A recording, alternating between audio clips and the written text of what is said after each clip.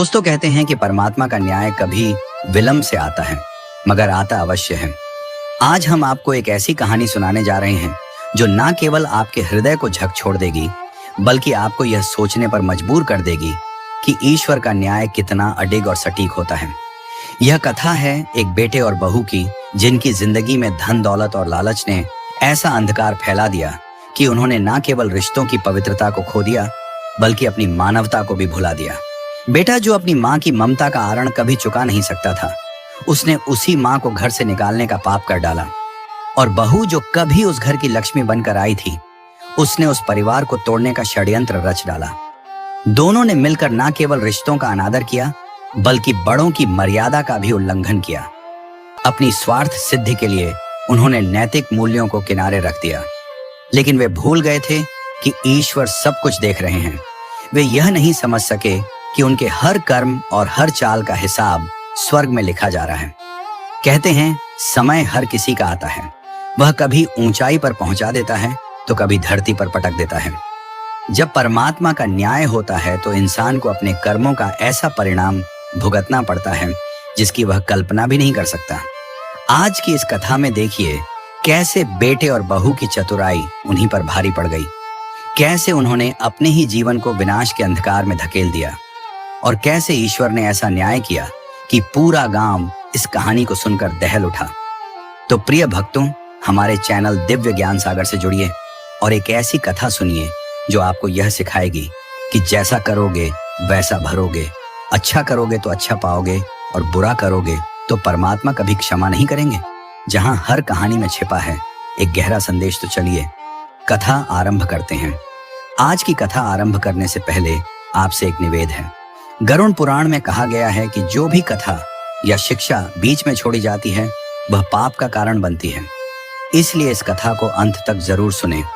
यदि आप एक सच्चे सनातनी हैं और भगवान श्री राम में अटूट श्रद्धा रखते हैं तो अभी वीडियो को लाइक करें, चैनल को सब्सक्राइब करें और कमेंट में जय श्री राम लिखकर अपना समर्थन व्यक्त करें। तो आइए प्रिय दर्शकों, बिना देरी किए आरंभ करते हैं आज की प्रेरणादायक कथा। प्रिय भक्तों, उन्होंने अपनी मां की खुशी और आशीर्वाद में अपने दर्द को छुपा लिया। समय बीतता गया और गायत्री देवी के लिए सब कुछ सामान्य लगने लगा। उनके बच्चे अब अक्सर घर आने लगे, छोटे छोटे कामों में मदद करने लगे और उपहार भी लाने लगे। घर फिर से खुशियों और प्रेम के रंगों से भर गया। गायत्री देवी को ऐसा लगा मानो प्रभु ने उनके घर को पुनः जीवन और आनंद से भर दिया हो। लेकिन यह खुशियां क्षणिक थी। एक सांझ का समय था और वातावरण में अद्भुत शांति व्याप्त थी। गायत्री देवी प्रभु का स्मरण करती हुई बैठक में चाय का आनंद ले रही थी। तभी सूर्य नारायण ने एक प्रस्ताव रखा जिसने उनके हृदय को विचलित कर दिया। मां सूर्य नारायण ने शांत स्वर में कहा, तुलसी, और मैंने सोचा है कि आप इस बड़े घर में अकेली रहती हैं। अगर आप यह घर बेचकर हमारे साथ शहर में आकर रहे तो हम आपकी सेवा और देखभाल कर सकते हैं। यह सुनते ही गायत्री देवी का हृदय एक अनजानी अनुभूति से भर उठा। एक और यह घर उनके दिवंगत पति और बीते हुए सुखमय दिनों की आखिरी निशानी था, तो दूसरी ओर अपने बच्चों के साथ रहने और अकेलेपन को दूर करने का विचार उनके मन को सुकून देता था। उन्होंने एक पल के लिए प्रभु का स्मरण किया। यह उनके जीवन का सबसे कठिन निर्णय था। अतीत की स्मृतियों को पीछे छोड़ते हुए उन्होंने एक नई शुरुआत का स्वागत करने का निश्चय किया। उन्होंने ईश्वर से मार्गदर्शन मांगा और महसूस किया कि यह निर्णय केवल घर बदलने का नहीं था, बल्कि उनके जीवन के अगले अध्याय को नया अर्थ देने का अवसर भी था। वह जानती थी कि यह घर केवल दीवारों और ईंटों का ढांचा नहीं था। यह वह स्थान था जहां उनकी प्रार्थनाएं, खुशियां और दुखों की छाया बसी हुई थी। हर कोना उनके दिवंगत पति के साथ बिताए गए मधुर पलों और उनके बच्चों के बचपन की चहचहाहट की याद दिलाता था। लेकिन एक माँ का हृदय सदा अपने बच्चों के साथ रहने की आकांक्षा करता है। आखिरकार गायत्री देवी ने भारी मन और प्रभु पर पूर्ण विश्वास के साथ अपना निर्णय बच्चों के सामने रख दिया। धीमी लेकिन दृढ़ आवाज में उन्होंने कहा, मैंने बहुत विचार किया है और यह निर्णय लिया है कि मैं यह घर बेच दूंगी और तुम्हारे साथ चलूंगी। उनके शब्दों में त्याग, प्रेम और उम्मीद का अद्भुत मिश्रण था। सूर्य नारायण और तुलसी की आंखों में चमक आई, जिसे गायत्री देवी ने संतोष और खुशी समझा। उन्हें लगा कि ईश्वर ने उनकी वर्षों की प्रार्थना सुन ली है। लेकिन इस खुशी के पीछे छिपा स्वार्थ जो उनके बच्चों के मन में था, गायत्री देवी अभी नहीं देख पाई। यह निर्णय जो उन्हें एक नई शुरुआत का आशीर्वाद प्रतीत हो रहा था, वास्तव में उनके जीवन की सबसे कठिन परीक्षा की नींव बनने वाला था। घर छोड़ने का निर्णय उनके लिए सर नहीं था। यह घर केवल एक निवास स्थान नहीं था, बल्कि एक मंदिर की तरह था, जहां उनकी स्मृतियां और आस्था जीवित थी। यही वह स्थान था जहां उनके बच्चों ने अपने पहले कदम रखे थे और जहां उनके पति के साथ बिताए गए प्रत्येक पल ने उन्हें सशक्त बनाया था। उनका बगीचा जहां हर फूल उनकी ममता और भक्ति का प्रतीक था, आज भी उनके समर्पण की गाथा कहता था।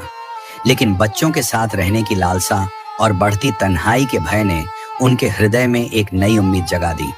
उन्होंने सोचा कि बच्चों के पास जाकर वह खोए हुए समय को फिर से जीवंत कर पाएंगी और ईश्वर की कृपा से परिवार के साथ एक नया अध्याय आरंभ करेंगी।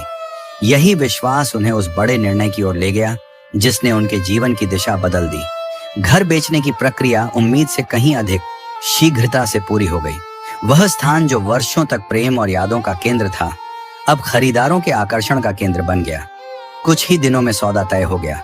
जब गायत्री देवी अपना सामान समेटने लगी तो ऐसा लगा मानो उनके जीवन के बीते वर्ष एक चलचित्र की भांति उनकी आंखों के सामने घूमने लगे।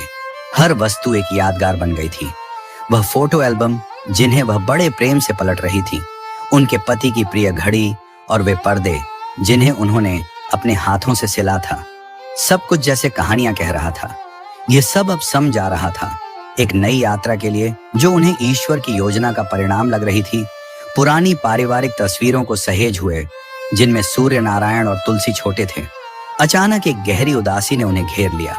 उन यादों से खुद को अलग करना उनके लिए आसान नहीं था। तस्वीरों में बच्चों की मुस्कान और उनके पति की स्नेहपूर्ण दृष्टि उन्हें उन सुनहरे दिनों की याद दिला रही थी जो अब केवल स्मृतियों में जीवित थे। धीरे से उन्होंने बुदबुदा, मुझे इस जगह की बहुत याद आएगी। यह शब्द उनके भीतर के दर्द और जुड़ाव की अभिव्यक्ति बन गए। सूर्य नारायण उनके पास खड़े होकर सब सुन रहे थे, लेकिन कुछ कहने से बचते हुए माहौल को सहज बनाने का प्रयास किया। हल्की मुस्कान के साथ बोले, माँ, आप चिंता मत कीजिए, आप शहर में रहना पसंद करेंगी। सबसे बड़ी बात यह है कि हम सब हमेशा साथ रहेंगे। सूर्य नारायण के इन शब्दों ने गायत्री देवी के मन को थोड़ी शांत बना दी। भोलेपन और विश्वास से भरकर उन्होंने मान लिया कि उनके बच्चे इस नए जीवन के लिए वास्तव में प्रसन्न हैं। लेकिन वह यह नहीं देख सकी कि सूर्य नारायण और तुलसी ने एक दूसरे की ओर चुपचाप इशारा किया था। गायत्री देवी के लिए यह एक नई शुरुआत थी, लेकिन उनके बच्चों के लिए यह एक योजनाबद्ध कदम था जो उनके आर्थिक दबावों के कारण उठाया गया था। विदाई का दिन आ गया। सुबह का आसमान बादलों से ढका हुआ था, मानो प्रकृति भी गायत्री देवी के हृदय की उदासी में सहभागी हो रही हो। जब वह अपने घर से बाहर निकली तो हर कदम के साथ विदाई का भार उन्हें महसूस हुआ। उन्होंने बगीचे और खिड़कियों को आखिरी बार देखा, जिन्होंने उनके जीवन के अनगिनत सुख दुख के पलों को सहेजा था। लकड़ी के दरवाजे को अंतिम बार छुआ, मानो किसी पुराने मित्र को विदाई दे रही हूं, और फिर दरवाजा बंद कर दिया। सूर्य नारायण और तुलसी पहले से तैयार खड़े थे। उन्हें शहर ले जाने के लिए गाड़ी तैयार थी। यात्रा लंबी थी और गायत्री देवी ने अधिकतर समय अपने विचारों में खोए रहकर बिताया। जब गाड़ी भीड़भाड़ वाली सड़कों से गुजरी तो उन्होंने अपने आने वाले जीवन की कल्पना करने का प्रयास किया। उनके मन में आशा और चिंता का मिश्रण था। बच्चों के साथ शहर के एक अपार्टमेंट में रहना और पोते पतियों के करीब होना उन्हें अपने जीवन के अंतिम अध्याय को प्रेम और सेवा में बिताने का एक सुनहरा अवसर लगा। मान, आपको हमारे अपार्टमेंट से दिखने वाला दृश्य बहुत अच्छा लगेगा। तुलसी ने तनाव भरी मुस्कान के साथ माहौल को हल्का करने की कोशिश की। गायत्री देवी ने भी मुस्कुराने का प्रयास किया, लेकिन उनके भीतर हल्की बेचैनी ने घर कर लिया। फिर भी उन्होंने इस भावना को प्रभु की इच्छा और परीक्षा मानते हुए अनदेखा करना उचित समझा। वह जानती थी कि जीवन के हर मोड़ पर ईश्वर उनके साथ है और यही विश्वास उनके लिए इस नई यात्रा का संबल बन रहा था। उन्होंने अपने मन को इस आशा पर केंद्रित किया कि नया जीवन उनके बच्चों के साथ प्रेम और आशीर्वाद से परिपूर्ण होगा। उन्होंने मन ही मन परिवार के साथ शाम की प्रार्थनाएं करने, पार्क में टहलने और बालकनी में छोटी छोटी बातें करने की कल्पना की, जैसे पुराने दिनों में होता था। यही सपना उन्होंने अपने हृदय में संजोया था, यह मानते हुए कि ईश्वर ने उनके लिए यह नई शुरुआत निश्चित रूप से प्रेम और अपनत्व का मार्ग बनाया है। लेकिन वास्तविकता उनके लिए एक कठिन परीक्षा के रूप में प्रतीक्षा कर रही थी। जब गाड़ी आखिरकार रुकी तो कल्पनाओं में खोई गायत्री देवी ने खुद को एक विशाल वृद्धाश्रम के सामने खड़ा पाया। उसकी सफेद दीवारों पर हल्के रंगों की चित्रकारी और सजे हुए उद्यान भी वह सजीव नहीं ला सके जिसकी उन्होंने आशा की थी। इसके बजाय यह सब कुछ ठंडा और औपचारिक लगा, जैसे यह कोई संस्था हो, घर नहीं। वह आत्मीयता और प्रेम जिसकी ने उम्मीद की थी एक पल में फीकी पड़ गई। जैसे ही उनकी दृष्टि प्रवेश द्वार पर लगे बोर्ड पर गई, उनके मन में गहरी आशंका जाग उठी। यह तो पक्का कोई गलती है, गायत्री देवी ने चौंक हुए कहा और पीछे मुड़ी। सूर्य नारायण और तुलसी चुपचाप खड़े थे, उनकी ओर देख रहे थे। यह वृद्धाश्रम था। सच्चाई ने उन्हें जैसे एक तीव्र झटका दिया। सूर्य नारायण ने अपनी नजरें झुका ली, उसकी आंखों में शर्मिंदगी साफ झलक रही थी। तुलसी ने दूसरी ओर मुंह फेर लिया और अपने आंसुओं को रोकने का प्रयास करने लगी। मां सूर्य नारायण ने ठंडे और संयमित स्वर में कहा, जिसमें खुद को समझाने की कोशिश छुपी थी, हमें बहुत खेद है, लेकिन हम आपको अपने अपार्टमेंट में नहीं रख सकते। शहर का जीवन अत्यधिक व्यस्त है, हमारे पास कई काम और जिम्मेदारियां हैं। घर बेचने से जो धन मिला है उससे हमने यह सुनिश्चित किया है कि आप यहाँ आराम से रह सकें। गायत्री देवी को ऐसा लगा जैसे उनके पैरों तले से जमीन खिसक गई हो। जिस सपने को उन्होंने इतने प्रेम और विश्वास के साथ संजोया था वह अब एक दुस्वप्न में बदल चुका था।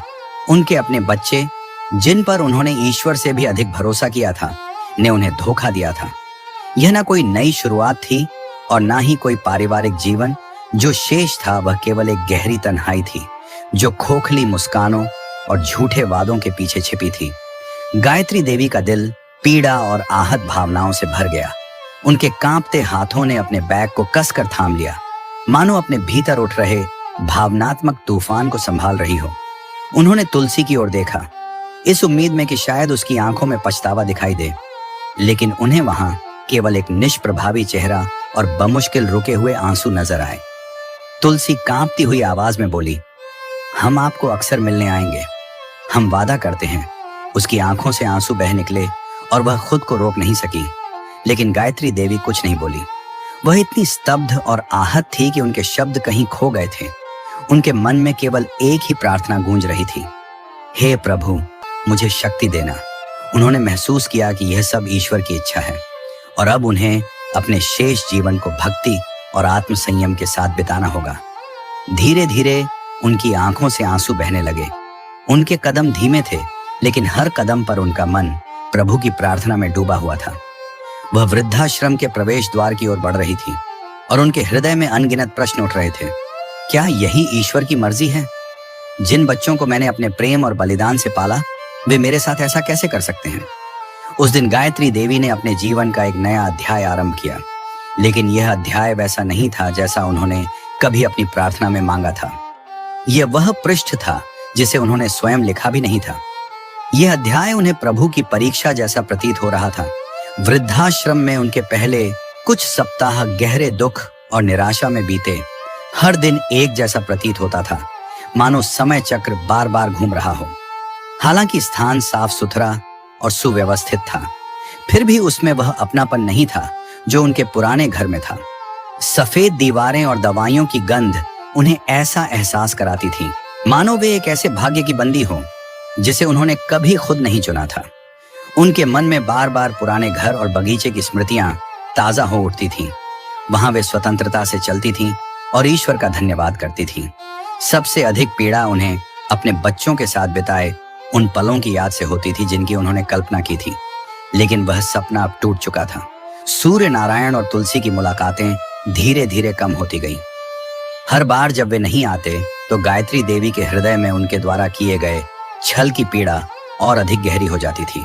लेकिन गायत्री देवी वह महिला नहीं थी जो इतनी आसानी से हार मान ले। ईश्वर के प्रति उनकी अटूट श्रद्धा और आत्मबल ने धीरे धीरे उनके भीतर एक नया संकल्प जगा दिया। उन्होंने निश्चय किया कि वह अपने जीवन के शेष दिन एक छाया की भांति नहीं बिताएंगे। वृद्धाश्रम के बगीचे में टहलते समय जब उन्होंने फलों को देखा तो उन्हें लगा कि वे सुंदर हैं, पर उनमें वह सजीव और ऊर्जा नहीं थी जो उनके पुराने बगीचे के फूलों में थी। उन फूलों में प्रकृति का वह आनंद नहीं था। एक दिन टहलते हुए उनकी नजर सड़क के उस पार एक पुराने जीर्ण शीर्ण घर पर पड़ी। उस घर पर विक्रय के लिए का बोर्ड लगा था। खिड़कियां धूल से ढकी थीं, दीवारें गिरने की स्थिति में थीं और वह घर वर्षों से वीरान लगता था। उसकी जर्जर अवस्था के बावजूद उस घर की तन्हाई ने गायत्री देवी के दिल को छू लिया। ऐसा प्रतीत हुआ मानो वह घर उनकी अपनी स्थिति का प्रतिबिंब हो, या शायद उनके भीतर यह इच्छा जाग उठी थी कि किसी ऐसी चीज को बचाया जाए जो लगभग खो चुकी थी। वह घर के सामने खड़ी रही जैसे ईश्वर उन्हें दूसरा मौका दे रहे हो। दृढ़ संकल्प के साथ गायत्री देवी ने तुरंत फैसला कर लिया। उन्हें पता था कि उनके पास वर्षों की मेहनत और संयम से जुटा ई हुई बचत है। अपने पुराने संपर्कों से बातचीत करके अपने शांत और आत्मविश्वास भरे स्वभाव के साथ उन्होंने उस घर को खरीदने का सौदा तय कर लिया। यह निर्णय उन्होंने उस आत्मबल के साथ लिया जो केवल वही महिला कर सकती थी जिसने जीवन में कई उतार चढ़ाव देखे हों और हर कठिनाई पर ईश्वर के सहारे विजय पाई हो। जब उन्होंने अपने बच्चों को इस बारे में बताया तो उनकी प्रतिक्रिया अविश्वास और व्यंग्य से भरी हुई थी। सूर्य नारायण सबसे पहले बोला। उसकी हंसी ठंडी और लगभग कटाक्षपूर्ण थी, जैसे वह इस पूरे विचार को मजाक समझ रहा हो। माँ, आप मजाक कर रही हैं, है ना? उसने उपहास भरे स्वर में कहा। आप इस पुराने टूटे फूटे घर की देखभाल कैसे करेंगी? आप ठीक से चल भी नहीं पाती और मरम्मत की बात कर रही है। तुलसी, जो अक्सर शांत रहती थी, ने अपने आश्चर्य को छिपाने की कोशिश की, लेकिन वह भी स्पष्ट रूप से स्तब्ध थी। माँ, यह विचार तो बिल्कुल अव्यावहारिक है। आप अकेले इसे संभाल नहीं पाएंगी, यह असंभव है, उसने कहा। लेकिन गायत्री देवी पहले से कहीं अधिक आत्मविश्वास से भरपूर थी। जीवन ने उन्हें धैर्य और यह भी सिखाया था कि कब ईश्वर के भरोसे आगे बढ़ना चाहिए। उन्होंने अपने बच्चों की आंखों में सीधे देखा और शांत लेकिन दृढ़ आवाज में कहा, मैं तुम लोगों के सोचने से कहीं अधिक मजबूत हूं और हाँ, मैं उस घर को अपना नया ठिकाना बनाऊंगी। उनके शब्दों ने कमरे में एक गहरी खामोशी फैला दी। सूर्य नारायण और तुलसी चौंक गए। उन्होंने हमेशा अपनी मां को एक निर्भर और कमजोर महिला के रूप में देखा था, लेकिन उनके सामने अब एक ऐसी महिला खड़ी थी जिसने उनकी सभी धारणाओं को चुनौती दे दी। यह दिखा दिया कि उनमें अब भी हिम्मत, साहस और एक नई शुरुआत करने की क्षमता बाकी है। घर खरीदने के बाद गायत्री देवी ने अपने जीवन के सबसे बड़े बदलाव की शुरुआत की उम्र और हाल में मिले धोखे के बावजूद वह ईश्वर पर विश्वास और आत्मबल के साथ आगे बढ़ी। उनके नए पड़ोसी दीपक और लक्ष्मी तथा उनके जुड़वा बच्चे चंद्रिका और महेश ने जल्दी ही उनसे संपर्क किया। दीपक और लक्ष्मी ने अपनी सहज दयालुता और व्यावहारिक समझ के साथ गायत्री देवी को एक अनुभवों से परिपूर्ण और समझदार महिला के रूप में देखा। यह परिवार उनके अपने बच्चों से बिल्कुल अलग था। उन्होंने बिना किसी झिझक के अपनी मित्रता और सहयोग का प्रस्ताव दिया। उनके स्नेह और सहायता ने गायत्री देवी के टूटे हुए हृदय को मरहम की तरह सुकून दिया। घर की मरम्मत एक सामूहिक प्रयास बन गया। लक्ष्मी और दीपक ने अपनी ऊर्जा के साथ दीवारों को रंगने, छत की मरम्मत करने और बगीचे को फिर से जीवंत बनाने में मदद की। गायत्री देवी अपनी सीमाओं के बावजूद इस कार्य में पूरी तरह से शामिल रही। वह पौधों की देखभाल करती, रंगों का चुनाव करती और घर के हर बदलाव पर बारीकी से नजर रखती। वह घर जो कभी बर्बाद और निर्जीव लग रहा था, अब फिर से जीवंत हो उठा। दीवारों का चमकीला रंग उस नई ऊर्जा का प्रतीक बन गया जो उस स्थान में भरने लगी थी। बगीचा जो पहले जंगली घास से भर गया था, अब लक्ष्मी और गायत्री देवी की देखरेख में फिर से खिल उठा। उनके कामों में जैसे ईश्वर की कृपा झलक रही थी। इस दौरान सूर्य नारायण और तुलसी दूर से यह सब देख रहे थे। उन्हें समझ नहीं आ रहा था कि यह सब कैसे हो रहा है। उन्होंने सोचा था कि उनकी माँ वृद्धाश्रम में अकेलेपन और उदासी में घुट जाएगी, लेकिन इसके विपरीत वह अपनी नई जिंदगी में जैसे फिर से खिल उठी थी। उनके दिलों में ईर्ष्या और निराशा का भाव उमड़ने लगा। उन्हें धीरे धीरे यह एहसास होने लगा कि उन्होंने अपनी माँ को कितना कम आंका था। फिर भी यह एहसास अधूरा था। उन्हें यह नहीं पता था कि सबसे बड़ा आश्चर्य अभी बाकी था। गायत्री देवी, जो अब अपनी खोई हुई ऊर्जा और आत्मबल को फिर से पा चुकी थी, अपने जीवन में एक महत्वपूर्ण बदलाव की दहलीज पर खड़ी थी। यह सब ईश्वर की कृपा और उनके अटूट विश्वास का परिणाम था। गायत्री देवी का नए घर में जीवन अब नई उमंग और उत्साह से भरा हुआ था। वह फिर से वह खुशी अनुभव कर रही थी जिसे उन्होंने वर्षों से खो दिया था। उनके चारों ओर ऐसे लोग थे जो वास्तव में उनकी परवाह करते थे। घर के हर कोने में खुशहाली की महक थी। बगीचे से आती फूलों की भीनी भीनी खुशबू और छोटे बच्चों की हंसी खुशी से घर हमेशा सजीव रहता था। यह नया जीवन उनके लिए ईश्वर का एक अमूल्य आशीर्वाद बन चुका था। सुबह सुबह जब चंद्रिका और महेश आंगन में दौड़ते और दीपक व लक्ष्मी उनके साथ घर की देखरेख में व्यस्त रहते, गायत्री देवी के मन में एक गहरी शांति का अनुभव होता। वर्षों बाद उन्होंने पहली बार महसूस किया कि वह उस स्थान पर है जिसे उन्होंने अपने दिल से चुना है, किसी मजबूरी के कारण नहीं। यह मानो ईश्वर की कृपा थी कि उन्होंने ठीक समय पर दीपक, लक्ष्मी और उनके बच्चों को उनके जीवन में भेजा। इन लोगों ने उन्हें यह सिखाया कि प्रेम और सहयोग कभी कभी अनजानी जगहों से भी आ सकता है। रात के भोजन और तारों भरे आसमान के नीचे होने वाली चर्चाओं ने उन्हें जीवन के असली अर्थ समझाए, जो घर कभी अकेलेपन का प्रतीक था अब जीवन और स्नेह से भर गया था। ठीक वैसे ही जैसे गायत्री देवी ने अपने खोए हुए उत्साह को फिर से पा लिया था। यह सब ईश्वर की योजना का हिस्सा प्रतीत हो रहा था। एक दिन जब वह उस आखिरी कमरे को व्यवस्थित कर रही थी जिसे अभी भी कुछ मरम्मत की आवश्यकता थी, उन्होंने तहखाने में जाने का निर्णय लिया। तहखाने की अंधेरी और नमी से भरी जगह यह संकेत दे रही थी कि यह वर्षों से उपेक्षित पड़ा हुआ था। धूल से ढके हुए पुराने बक्सों और फर्नीचर के बीच उन्हें एक भारी और प्राचीन संदूक दिखाई दिया जो कोने में आधा ढका हुआ था। संदूक पर जमी धूल की मोटी परत ने उनके भीतर जिज्ञासा जगा दी। उन्होंने सोचा, क्या यह प्रभु का कोई संकेत है? आखिर यह किसने यहाँ छोड़ा होगा और क्यों संदूक की मजबूत और पुरानी बनावट ने उन्हें यह सोचने पर मजबूर कर दिया कि इसके भीतर कुछ ऐसा हो सकता है जो वर्षों से छिपा हुआ हो। उन्होंने उसे खोलने का प्रयास किया, लेकिन वह बंद था। अपनी उत्सुकता को रोक न सकी और तुरंत दीपक को बुलाया। दीपक उपकरण लेकर आया और थोड़ी मशक्कत के बाद आखिरकार संदूक का ढक्कन खुल गया। जैसे ही भारी ढक्कन उठा, तहखाने की हवा मानो थम गई। जो दृश्य उन्होंने देखा उसने सबकी धड़कनें तेज कर दी। संदूक के भीतर प्राचीन और मूल्यवान आभूषण रखे थे जो सुनहरी आभा से दमक रहे थे। ठोस सोने पर की गई जटिल नक्काशी और हीरों से जड़े गहने किसी पुराने खजाने जैसे प्रतीत हो रहे थे। वहां सुंदर हार बेश, कीमती रत्नों वाली अंगूठियां, सोने के कंगन और चांदी के छोटे बक्से थे जिनमें प्राचीन सिक्के भरे हुए थे। ऐसा लग रहा था मानो समय ने इस खजाने को ईश्वर की इच्छा से अब तक सुरक्षित रखा था, जब तक कि यह सही समय न आ जाए। दीपक ने गायत्री देवी की ओर देखा। उसकी आंखों में आश्चर्य और जिज्ञासा साफ झलक रही थी। माँ जी, यह तो बेहद अनमोल है, दीपक ने लगभग हकला हुए कहा। उसकी आवाज में अविश्वास भरा हुआ था। गायत्री देवी, जो अभी भी इस अप्रत्याशित घटना को समझने की कोशिश कर रही थी, पास रखे एक पुराने बक्से पर बैठ गई। उनके हाथ हल्के कांप रहे थे।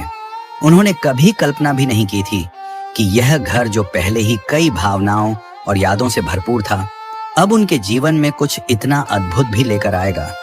यह मानो प्रभु का एक और वरदान था जो उनके विश्वास और दृढ़ता का फल था। हालांकि यह घटना असाधारण थी।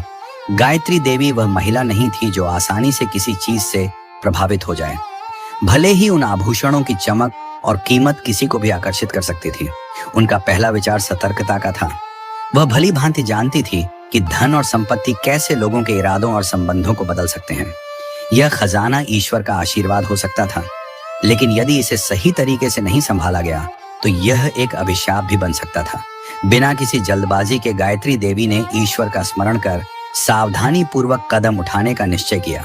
उन्होंने इस विषय में किसी से भी चर्चा नहीं की, सिवाय अपने विश्वसनीय वकील विनायक वर्मा के। विनायक वर्षों से उनके कानूनी मामलों को देख रहे थे और उनकी ईमानदारी व निष्ठा पर गायत्री देवी को पूरा भरोसा था। यह भरोसा भी ईश्वर का ही एक वरदान था। गायत्री देवी ने विनायक को खजाने की जानकारी दी, लेकिन गंभीरता और विश्वास के साथ उन्हें यह स्पष्ट कर दिया कि यह बात पूरी तरह गोपनीय रहेगी। विनायक, जो गायत्री देवी की समझदारी और दूरदर्शिता का सम्मान करते थे, तुरंत सहमत हो गए। माँ जी, मैं सुनिश्चित करूंगा कि आपकी इच्छाओं का पूरा पालन हो। यह आभूषण कई लोगों की जिंदगी को बदल सकते हैं, लेकिन इसका निर्णय आपका होगा कि इसका क्या किया जाए। आने वाले दिनों में गायत्री देवी ने ईश्वर की कृपा और मार्गदर्शन का स्मरण करते हुए खजाने के बारे में गहराई से विचार किया। उनके मन में यह स्पष्ट हो गया कि भले ही यह आभूषण किसी के लिए भी आर्थिक सुरक्षा ला सकते थे, उनके लिए असली खजाना वह स्नेह और अपनापन था जो दीपक, लक्ष्मी और उनके बच्चों ने उन्हें दिया था। इन लोगों ने उन्हें वह सम्मान और स्नेह दिया जिसे धन से कभी भी नहीं खरीदा जा सकता था। यह एहसास उनके लिए सबसे बड़ी संपत्ति था जो उनके जीवन को प्रेम, गरिमा और आनंद से भरने वाला था। यह सब ईश्वर की लीला ही तो थी। उधर सूर्य, नारायण और तुलसी की स्मृतियां अब भी गायत्री देवी के मन को बोझिल कर रही थी। वह जानती थी कि उनके बच्चे लालच और संपत्ति की चाह में एक बार फिर उन्हें खोजने आ सकते हैं। उन्होंने अपनी मां को वृद्धाश्रम भेजकर अपनी मंशा पहले ही स्पष्ट कर दी थी, लेकिन अब गायत्री देवी के पास कुछ ऐसा था जो न केवल उनके भविष्य को बदल सकता था बल्कि न्याय का माध्यम भी बन सकता था। यह एक कठिन फैसला था। गायत्री देवी समझती थी कि यदि उन्होंने कोई गलत कदम उठाया तो उनके बच्चों का लालच फिर से जाग उठेगा और उनके द्वारा किए गए धोखे का घाव फिर से ताजा हो जाएगा। उन्होंने ईश्वर के नाम पर यह संकल्प लिया कि इस खजाने की सुरक्षा और अपने नए परिवार की रक्षा के लिए वह हर संभव प्रयास करेंगी। ने आराध्य से प्रार्थना करते हुए उन्होंने निर्णय लिया कि हर कदम सोच समझकर और धर्म के मार्ग पर चलकर ही उठाया जाएगा। इस विश्वास के साथ गायत्री देवी ने अपनी योजना पर काम करना शुरू कर दिया। संदूक और उसके भीतर छुपे आभूषण अब उनके जीवन का एक महत्वपूर्ण मोड़ साबित हो सकते थे, लेकिन वह सुनिश्चित करना चाहती थी कि इसका उपयोग केवल सही और पवित्र उद्देश्यों के लिए हो। उनके मन में यह प्रश्न उठ रहा था कि इस छिपे हुए खजाने का वह क्या करेंगी और कैसे यह सुनिश्चित करेंगी कि यह खुशियां लाए, न कि अविश्वास और स्वार्थ। आने वाले दिनों में उन्होंने अपनी योजनाओं पर गहराई से विचार किया। वह विनायक के साथ कई बार चर्चा करती और सोचती कि वास्तव में उनके लिए सबसे महत्वपूर्ण क्या है। जो निर्णय वह लेने वाली थी वह न केवल उन आभूषणों का भविष्य निर्धारित करेगा बल्कि यह भी तय करेगा कि वह अपनी विरासत में क्या छोड़कर जाएंगी। जैसे जैसे गायत्री देवी अपनी योजना को अंतिम रूप दे रही थी, उनके भीतर एक नई ऊर्जा और जिम्मेदारी का एहसास जन्म लेने लगा। उन्हें यह पता था कि यदि सूर्य, नारायण और तुलसी को इस खजाने की खबर लग गई तो वे इसे पाने के लिए किसी भी हद तक जा सकते हैं। लेकिन अब गायत्री देवी पहले से कहीं अधिक मजबूत और स्थिर थी। उन्होंने ठान लिया था कि इस बार कुछ भी उनके नियंत्रण से बाहर नहीं जाएगा। ईश्वर की कृपा और अपने आत्मबल के सहारे उन्होंने प्रेम, न्याय और सेवा के मार्ग पर अपने निर्णय आधारित किए। समय के साथ गायत्री देवी लक्ष्मी, दीपक और उनके बच्चों की जिंदगी का एक अभिन्न हिस्सा बन गई। चंद्रिका और महेश उन्हें सच्चे स्नेह और सम्मान के साथ अपनी दादी मानते थे। यह प्रेम और अपनापन उनके लिए ईश्वर द्वारा दिया गया एक अनमोल उपहार था। गायत्री देवी की कहानियां बच्चों के जीवन में कल्पनाओं और खुशियों का रंग भरती थी। बच्चों की खिलखिलाहट, लक्ष्मी और दीपक के साथ गहरे संवाद और परिवार का हिस्सा बनने का एहसास गायत्री देवी को वह सुख और अपनापन प्रदान कर रहा था जिसे उन्होंने वर्षों पहले खो दिया था। यह सब प्रभु की कृपा से संभव हो रहा था जो उनके जीवन में एक नई रोशनी बनकर आया था। तहखाने में मिले खजाने का रहस्य अब भी बना हुआ था, लेकिन गायत्री देवी ने इसे गुप्त और सावधानी पूर्वक संभाल रखा था। उन्हें इस खजाने की अपार मूल्य का एहसास था। यह केवल एक दृष्टि से नहीं बल्कि भावनात्मक रूप से भी महत्वपूर्ण था। यह खजाना कई जिंदगियों को प्रभावित कर सकता था, लेकिन इसका अनुचित उपयोग विनाशकारी साबित हो सकता था। हर दिन गायत्री देवी प्रार्थना करती और ईश्वर से मार्गदर्शन मांगती कि इस खजाने का सबसे उपयुक्त और न्यायपूर्ण उपयोग कैसे किया जाए। उनके लिए असली संपत्ति वे लोग थे जो उनके आसपास थे, लक्ष्मी, दीपक और उनके बच्चे। वह उनके भविष्य को सुरक्षित बनाने के लिए हर निर्णय सावधानी से लेना चाहती थी। हालांकि जैसे जैसे बगीचे के फूल फिर से खिलने लगे, गायत्री देवी की सेहत धीरे धीरे गिरने लगी। उम्र का बोझ अब उनके शरीर पर स्पष्ट नजर आने लगा था। उनकी ऊर्जा घट रही थी और यह थकान दिनों दिन बढ़ती जा रही थी। अब वह बगीचे में लंबे समय तक टहलने के बजाय थोड़ी ही देर में थक जाती थी। लक्ष्मी, जो हमेशा उनका ध्यान रखती थी, इस बदलाव को नजरअंदाज नहीं कर सकी। माँ जी, आपको अपनी सेहत का ज्यादा ध्यान रखना चाहिए, लक्ष्मी ने चिंतित स्वर में कहा। गायत्री देवी ने हमेशा की तरह एक कोमल मुस्कान के साथ उत्तर दिया, चिंता मत करो बेटी, तुम सबका साथ ही मेरे लिए सबसे बड़ी ताकत है। लक्ष्मी और दीपक का स्नेह और बच्चों की मासूम हंसी गायत्री देवी को जीवन में बने रहने की शक्ति दे रहे थे, परंतु उनके दिल के गहरे कोने में यह एहसास भी था कि उनका अंतिम समय निकट है। उन्हें पता था कि उनके पास अब सीमित समय है और इसलिए खजाने और अपनी अंतिम इच्छाओं को लेकर अब कोई देर नहीं की जा सकती थी। दूसरी ओर सूर्य नारायण और तुलसी अब भी गायत्री देवी से दूर थे, लेकिन उनके मन में यह शंका बनी रही कि उनकी मां कुछ छिपा रही है। खजाने की संभावना अब भी उनके विचारों में घूम रही थी और लालच से भरे उनके मन ने एक बार फिर उन्हें अपनी मां के पास जाने पर मजबूर कर दिया। यह यात्रा ना तो सच्चे प्रेम से प्रेरित थी और ना किसी वास्तविक चिंता से। उनका उद्देश्य केवल अपने स्वार्थ को साधना था। वे यह जानना चाहते थे कि गायत्री देवी के पास अब भी क्या बचा हुआ है। जब वे घर पहुंचे तो वातावरण में तनाव और बोझिल व्याप्त थी। पिछली बार की तरह इस बार भी उनका व्यवहार ठंडा और भावनाओं से दूर था। हालांकि गायत्री देवी अब पहले से भी अधिक कमजोर हो चुकी थी, लेकिन ईश्वर की कृपा से वह अपने बच्चों की वास्तविक मंशा को भली भांति समझने में सक्षम थी। उनके बच्चों के शब्दों में छिपे लालच और नियंत्रण की इच्छा अब पूरी तरह स्पष्ट हो चुकी थी। यह देख उनका हृदय पीड़ा से भर गया। एक माँ का प्रेम कभी कम नहीं होता, लेकिन उनके दिल में अपने बच्चों द्वारा किए गए छल का दर्द अब भी ताजा था। माँ, आपको यहाँ अकेले नहीं रहना चाहिए, सूर्य नारायण ने एक झूठी चिंता से भरे स्वर में कहा। लेकिन गायत्री देवी, जो अब अपने बच्चों की असलियत को पूरी तरह समझ चुकी थी, उनके शब्दों के पीछे छिपी सच्चाई को पहचान गई। आपके लिए सबसे अच्छा होगा कि आप किसी अस्पताल में रहें जहां आपकी सही देखभाल हो सके, तुलसी ने भी सहमति में कहा। लेकिन वह अपनी मां की आंखों में नजरें मिलाने से बच रही थी। उसकी असहजता साफ झलक रही थी। हाँ मां, यह जगह अब आपके लिए उपयुक्त नहीं है, उसने धीरे से कहा। गायत्री देवी ने अपने बच्चों को करुणा और प्रेम से देखा, लेकिन उनके भीतर प्रभु पर अड़ विश्वास था। वह जानती थी कि उनके बच्चों की बातों के पीछे सच्ची चिंता नहीं, बल्कि स्वार्थ छिपा हुआ था। नहीं बच्चों, यही मेरा घर है और यही मैं रहना चाहती हूँ, उन्होंने दृढ़ता से कहा। उनकी आवाज में वह आत्मविश्वास था जो केवल ईश्वर के सहारे ही आ सकता है। यह मुलाकात छोटी और तनावपूर्ण रही। सूर्य नारायण और तुलसी समझ गए कि अब वे अपनी मां को झूठे शब्दों से बहला नहीं सकते। यह सच्चाई उन्हें भीतर तक कचोट रही थी। जब वे घर से बाहर निकल रहे थे, गायत्री देवी खिड़की से उन्हें जाते हुए देख रही थी। उनके दिल में गहरी उदासी छाई हुई थी। उन्होंने अपने बच्चों से सच्चा प्रेम किया था, लेकिन अब यह स्पष्ट हो चुका था कि उनके बीच की दूरी केवल शारीरिक नहीं, बल्कि भावनात्मक भी थी। एक मां के रूप में वह प्रार्थना करती थी कि ईश्वर उनके बच्चों को सच्चे सुख और शांति का अनुभव कराए। लेकिन अब उन्होंने यह भी समझ लिया था कि अपने दुख और भावनाओं को नजरअंदाज करने का समय समाप्त हो चुका है।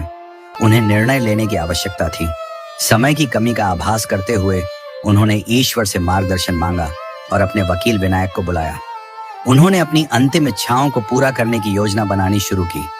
अब भी बहुत कुछ निपटाना बाकी था और तहखाने में पाया गया खजाना उनके निर्णय का एक अहम हिस्सा था। गायत्री देवी ने यह निश्चय किया कि उनकी विरासत न्यायपूर्वक बांटी जाए, ताकि उनके जाने के बाद उनके प्रियजनों को शांति और संतोष प्राप्त हो। एक सर्द रात में जब आग की लपट हल्की रोशनी और गर्माहट दे रही थी, गायत्री देवी अपनी पसंदीदा कुर्सी पर बैठी हुई थी। वह अपने जीवन के अनुभवों को याद कर रही थी, कठिनाइयों का सामना, खुशियों का आनंद और अकेलेपन की पीड़ा। लेकिन अब वह एक नई संतुष्टि का अनुभव कर रही थी, जो उन्होंने प्रभु और लक्ष्मी दीपक वो उनके बच्चों के साथ पाई थी। शांत मन और ईश्वर पर विश्वास के साथ उन्होंने अपने खजाने के भविष्य पर अंतिम निर्णय लिया। गायत्री देवी जानती थी कि यह निर्णय उनके जीवन का सबसे महत्वपूर्ण और सार्थक अध्याय होगा। ईश्वर की कृपा से वह अपने अधूरे कार्यों को पूर्णता की ओर ले जा रही थी। यह निर्णय, जो उनके जीवन और व्यक्तित्व को परिभाषित करता था, आसान नहीं था, लेकिन यह सही और न्याय संगत था। गायत्री देवी ने महसूस किया कि इन आभूषणों का मूल्य किसी कमजोर मन को विचलित कर सकता है, लेकिन यदि इन्हें सही दिशा में उपयोग किया जाए तो यह कई जिंदगियों को संवार सकता है। उनके निर्णय में संतोष और ईश्वर पर अडिग विश्वास था। उनके पास केवल भौतिक संपत्ति नहीं थी, बल्कि प्रेम, दृढ़ता और गरिमा की एक अमूल्य विरासत छोड़ने का अवसर भी था। वह आने वाली कठिनाइयों के लिए पूरी तरह तैयार थी। उन्होंने ईश्वर के आशीर्वाद से अपने अंतिम समय की सभी तैयारियां कर ली थी। गायत्री देवी का अंत अत्यंत शांतिपूर्ण था। एक ठंडी सुबह जब ठंडी हवा बह रही थी, उन्होंने अपनी अंतिम सांस ली। उस समय लक्ष्मी उनके हाथ को थामे हुए थी। उनके निधन की खबर से पूरे मोहल्ले में शोक छा गया। सभी ने उनकी सादगी, दयालुता और आत्मबल को याद करते हुए उन्हें भावभीनी श्रद्धांजलि दी। वह स्नेहिल महिला जिसने सबके जीवन में प्रेम और गरिमा का संचार किया था, अब इस संसार से विदा हो चुकी थी। मैं सब संभाल लूंगी मां, लक्ष्मी ने भावनाओं से भरे स्वर में धीरे से कहा। लक्ष्मी, दीपक और बच्चों ने गायत्री देवी के जाने पर गहरे शोक का अनुभव किया, लेकिन साथ ही उनकी विरासत के महत्व को भी समझा।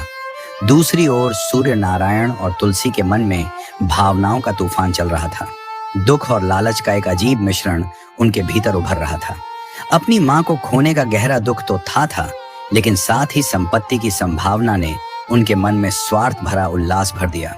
गायत्री देवी के अंतिम संस्कार में पूरे मोहल्ले के लोग शामिल हुए। लक्ष्मी, दीपक, चंद्रिका और महेश को पड़ोसियों और दोस्तों ने सांत्वना दी। सभी ने यह साझा किया कि कैसे गायत्री देवी ने अपने प्रेम और प्रेरणा से उनके जीवन को सुंदर बना दिया था। अंतिम संस्कार के बाद वकील विनायक वर्मा परिवार के पास आए।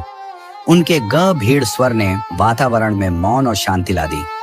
मैं विनायक वर्मा हूं, गायत्री देवी का वकील, उन्होंने कहा। उन्होंने एक सीलबंद लिफाफा सौंपते हुए बताया। गायत्री जी ने कहा था कि यह लिफाफा उनके निधन के बाद ही दिया जाए। उनकी वसीयत की घोषणा अगले सप्ताह की जाएगी। वसीयत का जिक्र सुनते ही सभी के चेहरे पर एक अजीब सी चमक आ गई।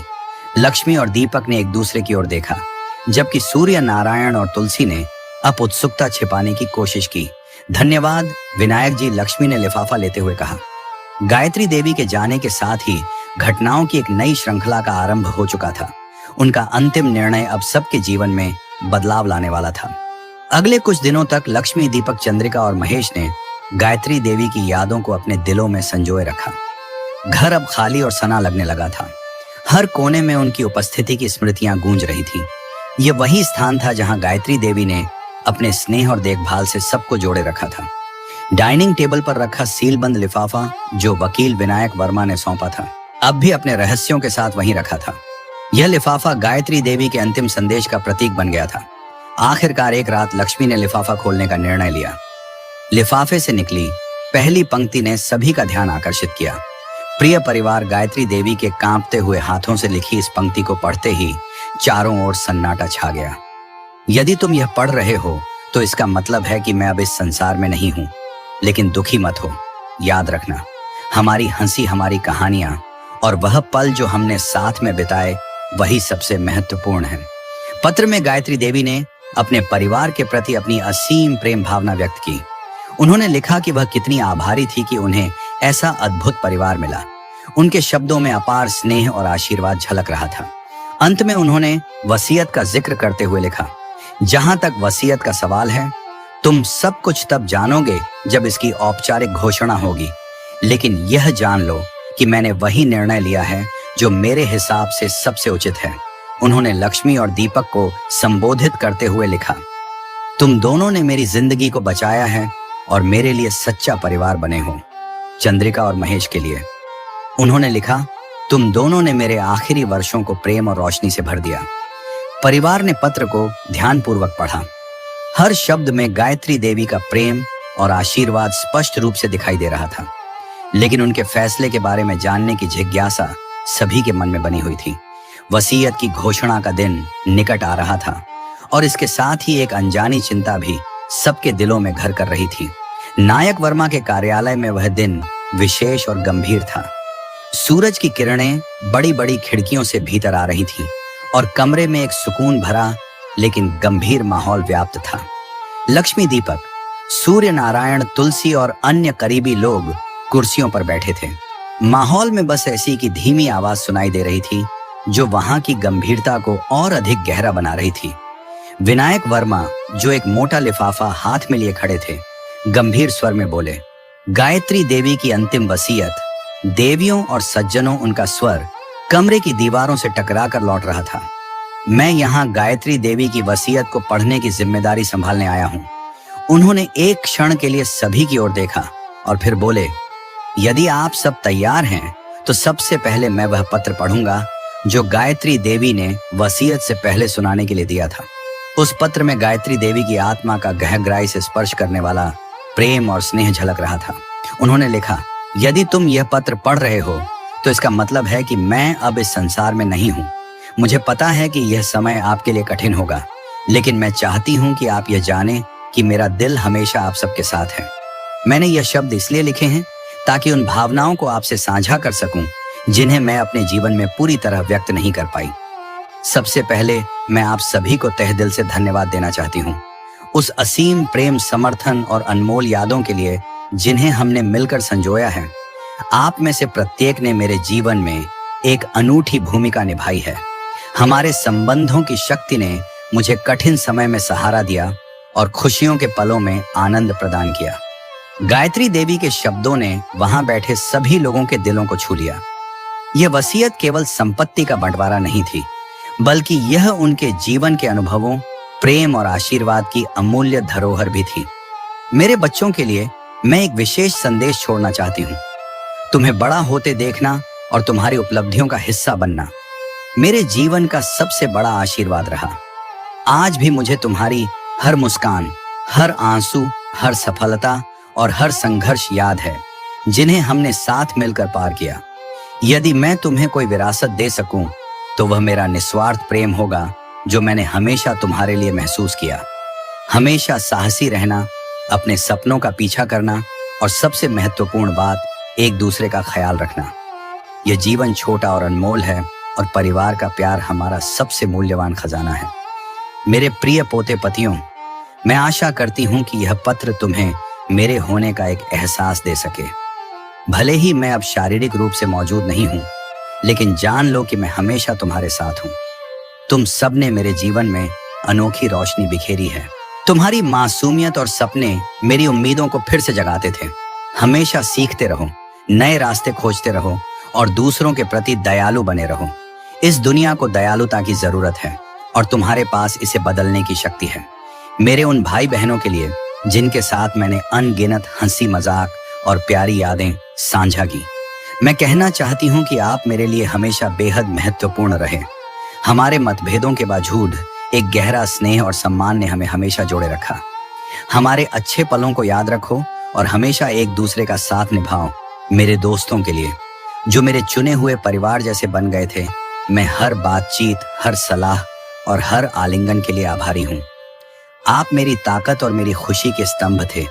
अपनी दयालुता को फैलाते रहना और हमेशा एक दूसरे का समर्थन करना। दोस्ती का यह बंधन अमूल्य है। मैं चाहती हूँ कि इस शोक के समय में आप उन खूबसूरत पलों में सुकून पाएं जो हमने साथ में बनाए। यह याद रखें कि मैंने एक संतोषपूर्ण और समृद्ध जीवन जिया, जिसमें मुझे उन अद्भुत लोगों का प्रेम मिला जिन्हें मैंने अपने दिल से चाहा। मेरी मृत्यु पर शोक मत करो, बल्कि मेरे जीवन का उत्सव मनाओ और यदि संभव हो तो मेरी याद में किसी जरूरतमंद की मदद करो, किसी अजनबी को मुस्कुराहट दो। यही वे चीजें हैं जो जीवन को वास्तव में अर्थपूर्ण बनाती हैं।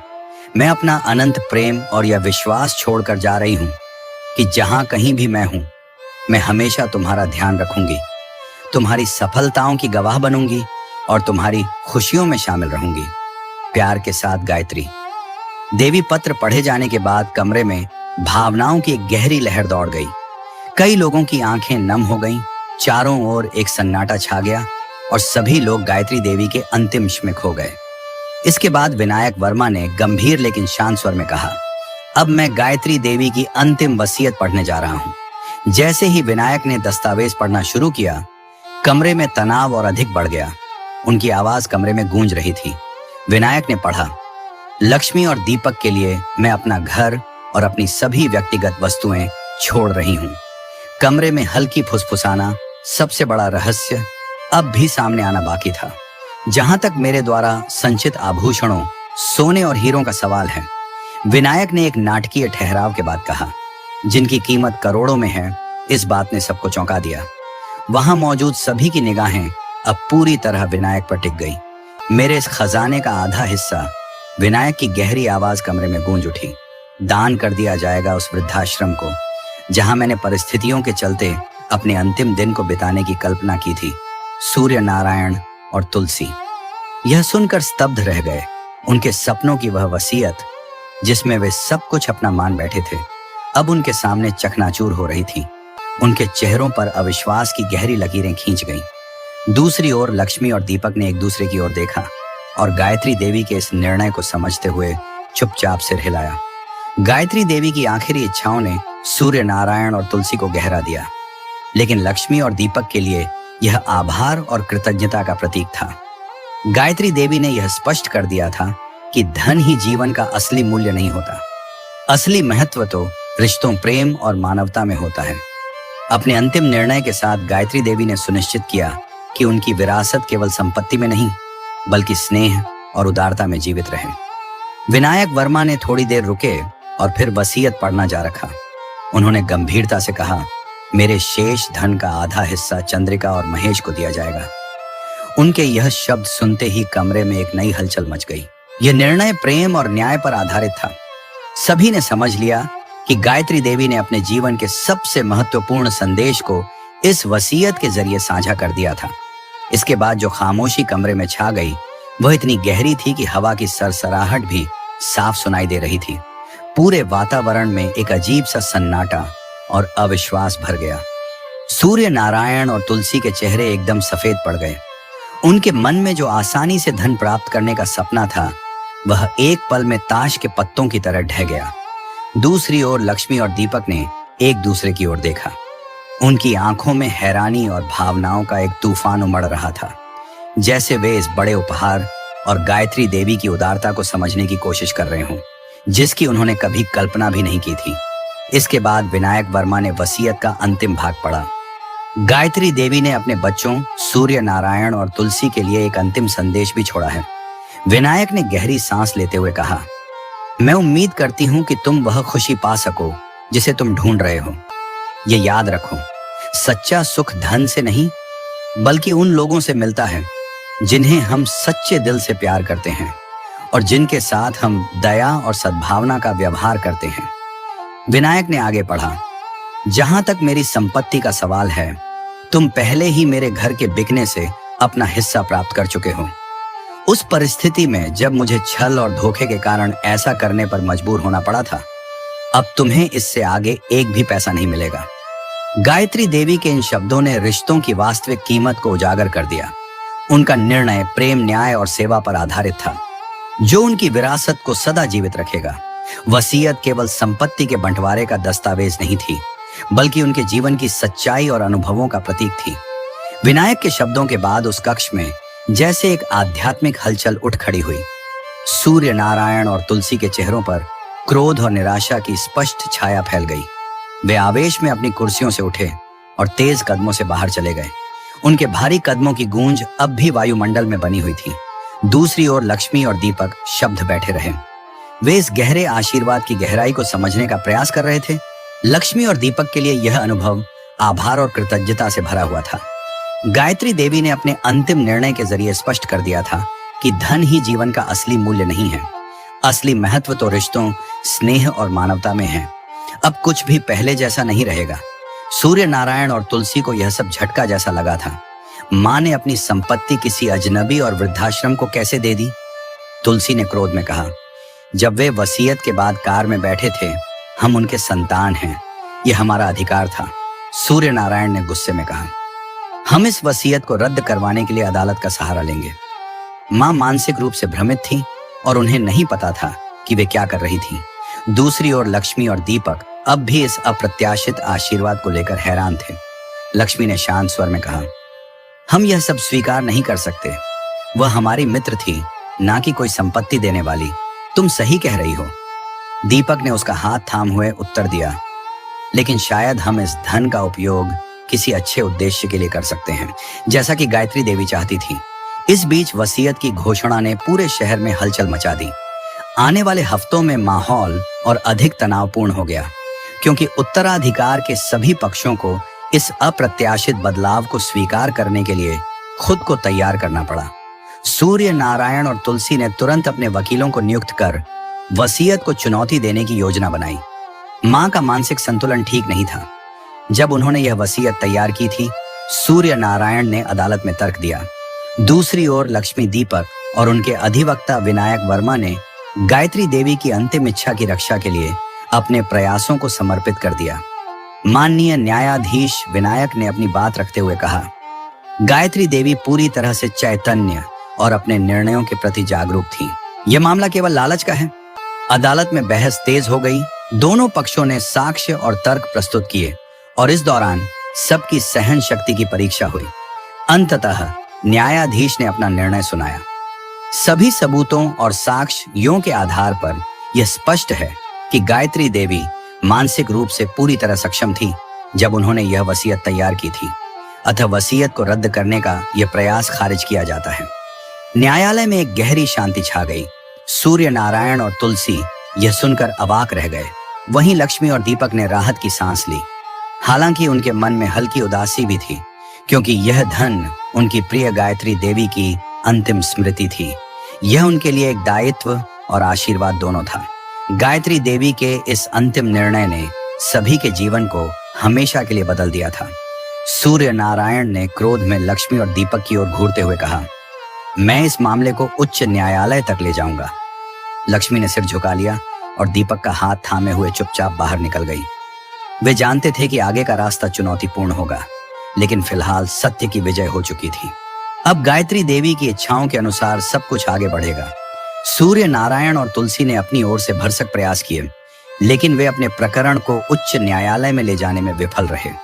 स्थानीय न्यायालय में हार के बाद उनके पास साधन और समर्थन कम हो गए थे। अंततः वे अपने लालच और असफलता की पीड़ा में बंध गए। उनकी मां से जुड़ा अंतिम रिश्ता भी टूट चुका था। सूर्य नारायण और तुलसी इस नगर को छोड़कर कहीं दूर चले गए और अपनी बिखरी हुई जिंदगियों में खो गए। दूसरी ओर लक्ष्मी और दीपक ने गायत्री देवी की विरासत को सम्मान पूर्वक संभालने का दृढ़ संकल्प लिया। उन्होंने इस धन का उपयोग अपने बच्चों की शिक्षा के लिए किया और साथ ही जरूरतमंद बच्चों के लिए एक छात्रवृत्ति योजना की शुरुआत की। गायत्री देवी का घर पुनः सुसज्जित किया गया और यह अब केवल एक निवास स्थान नहीं, बल्कि प्रेम और उदारता का प्रतीक बन गया।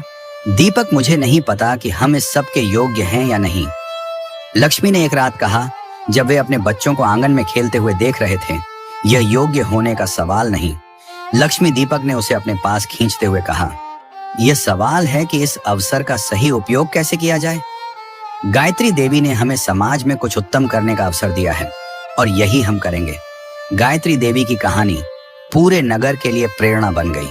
यह कहानी लोगों को यह सिखाती थी कि वास्तविक संपत्ति केवल धन में नहीं, बल्कि उन रिश्तों में होती है जिन्हें हमने अपने जीवन में संजोया है।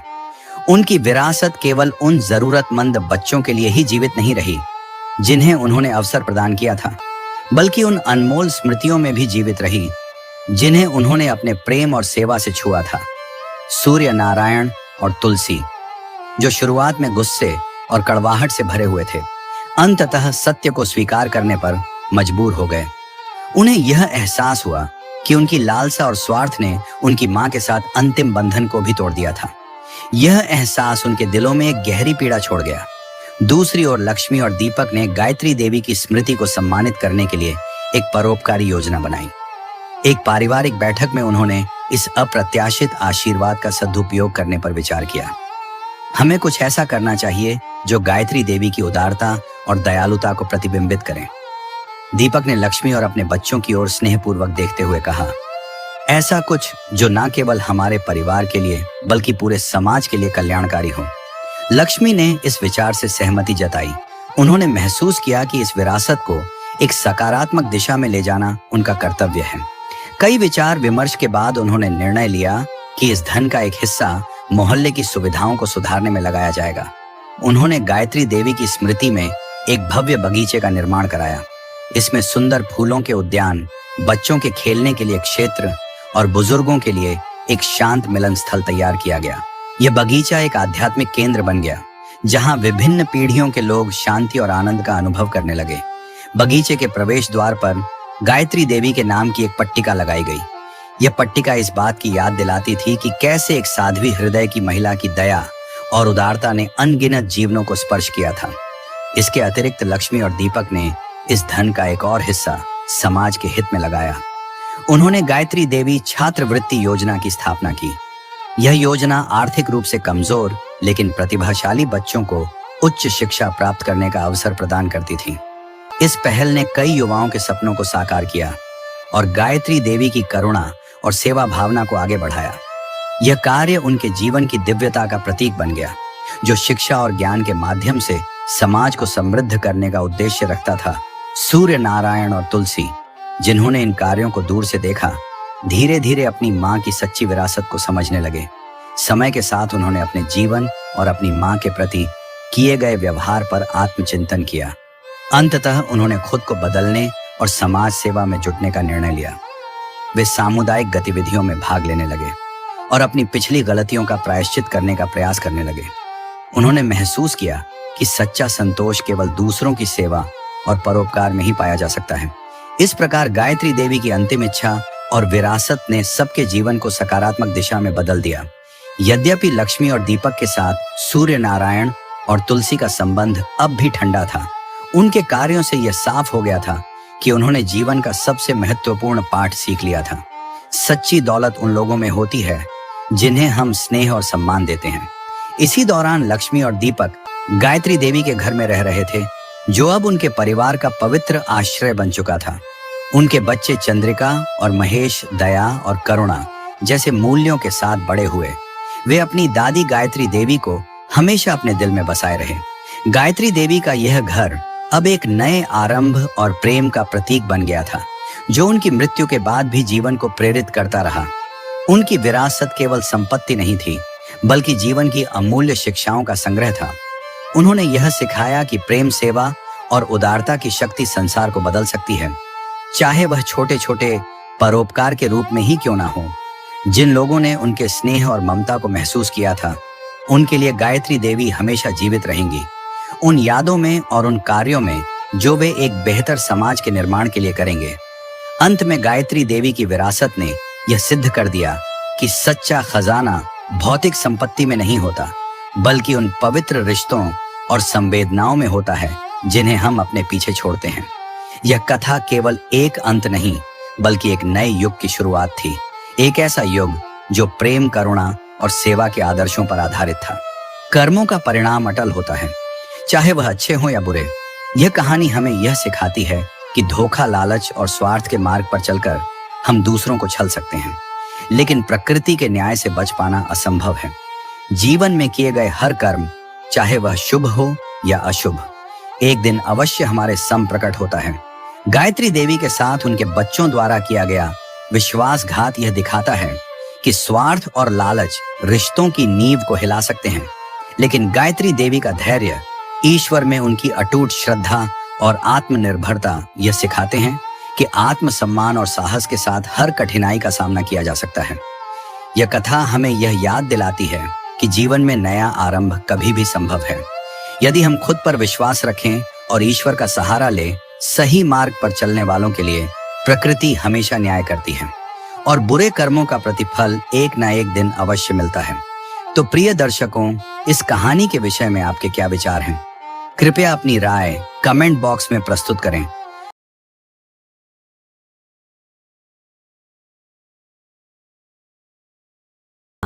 जैसा कि ज्यादातर पैसे वालों के साथ होता है, इस धनवान सेठ को भी अपने पैसों का बहुत ही घमंड था। जिस गांव में वो रहता था, वहां पर ज्यादातर लोग किसान थे। इन सभी किसानों के पास जितनी जमीन थी, उससे कई गुना ज्यादा जमीन इस सेठ किशोरी लाल के पास थी। कई गरीब किसान तो इसके खेतों में काम करते थे। इसी गांव में एक बहुत ही मेहनती और सच्चा किसान रहता था, जिसका नाम था मोहन। मोहन का परिवार थोड़ा बड़ा था। उसके परिवार में उसके बूढ़े माता पिता और 3 बच्चे थे, जो अभी काफी छोटे थे। मोहन के पास ज्यादा जमीन तो नहीं थी, लेकिन जितनी भी थी वो उसमें बड़ी मेहनत करता और अपने परिवार का पेट पालने लायक अनाज उगा लेता था। बाकी के किसान भी ये देखकर बहुत ही हैरान रह जाते कि कोई कैसे इतनी सी जमीन में इतनी ज्यादा फसल उगा सकता है। एक वर्ष उस गांव में बहुत ही ज्यादा बारिश हुई, जिसके चलते कई किसानों की फसलें बर्बाद हो गई, जिनमें से मोहन भी एक था। अब मोहन धर्म संकट में पड़ गया, क्योंकि उसके परिवार में उसके अलावा कोई और कमाने वाला नहीं था और पूरे परिवार को भूखा मरते हुए वो देख नहीं सकता था। वो जानता था कि इस गांव में अगर उसकी कोई सहायता कर सकता है तो वो घमंडी सेठ किशोरी लाल है, जिसने गांव के कई दूसरे किसानों को या तो कर्ज दे रखा था या फिर अपने यहाँ पर काम पर रखा हुआ था। मोहन ने सोचा कि हाथ पर हाथ धरे बैठे रहने की बजाय उसे सेठ किशोरी लाल के पास जाना चाहिए। और एक दिन वो सेठ किशोरी लाल के पास पहुंच गया। सेठ के पास पहुंचकर मोहन कहने लगा, सेठ जी, आपकी बहुत ही मेहरबानी होगी अगर आप मुझे थोड़ा सा कर्ज दे दें, जिससे मैं अपने खेतों में फिर से फसल उगा सकूं, या फिर आप मुझे अपने यहाँ पर नौकरी दे दें ताकि मेरे परिवार को 2 वक्त का खाना मिल सके। घमंडी किशोरी लाल को उसकी इन सब बातों से कोई मतलब नहीं था, लेकिन गांव के सारे लोगों की तरह वो भी ये बात अच्छी तरह से जानता था कि मोहन कितना मेहनती आदमी है और जिस भी खेत में वो काम करेगा वहां से वो 2 गुनी फसल उगा सकता है। सेठ किशोरी लाल ने सोचा कि अगर मैं इसे पैसे उधार दे दूं तो शायद ये ऐसी हालत में नहीं है कि मुझे पैसे लौटा सके, लेकिन अगर मैं इससे अपने खेतों में काम करवाता हूँ तो जरूर मुझे 2 गुना फायदा हो जाएगा। सेठ किशोरी लाल मोहन से कहने लगा, देखो भाई मोहन, पैसे तो मैं तुम्हें दूंगा नहीं और मेरे पास अभी खेतों में काम करने के लिए कई किसान पहले से ही मौजूद हैं, लेकिन तुझ पर तरस खाकर मैं तुझे अपने खेतों में नौकरी दे सकता हूँ, पर मैं तुझे इसके लिए ज्यादा पैसे नहीं दे सकूंगा। बाकी किसानों को मैं एक दिन की मजदूरी 300 रुपए देता हूँ, लेकिन तुम्हें मैं सिर्फ 200 रुपए ही दे पाऊंगा। अब बेचारा मोहन मरता क्या ना करता। उसने सेठ के खेतों में काम करना शुरू कर दिया। 2 महीने तक वो लगातार सेठ के खेतों में जाकर कड़ी मेहनत करता रहा और देखते ही देखते 4 महीनों का काम उसने अपनी मेहनत से सिर्फ 2 महीनों में ही खत्म कर दिया। सेठ किशोरी लाल उसके काम से काफी खुश था, लेकिन वो कभी भी मोहन के सामने ये बात जताता नहीं था। जब सेठ ने देखा कि उसके खेतों का काम अब खत्म हो चुका है तो उसने सोचा कि वो मोहन को काम से निकाल देगा और इस तरह से उसके 2 महीने के पैसे बच जाएंगे। तब सेठ ने मोहन को काम से निकालने का फैसला कर लिया। एक बार सेठ के मन में ये विचार भी आया कि इतना मेहनती आदमी शायद उसे दोबारा नहीं मिलेगा, लेकिन फिर उसने सोचा कि जब अगले साल काम आएगा तब वो मोहन को फिर से नौकरी पर रख लेगा। आखिर इस गांव में उसके अलावा कौन है जिसके आगे जाकर ये गरीब किसान हाथ फैलाएंगे।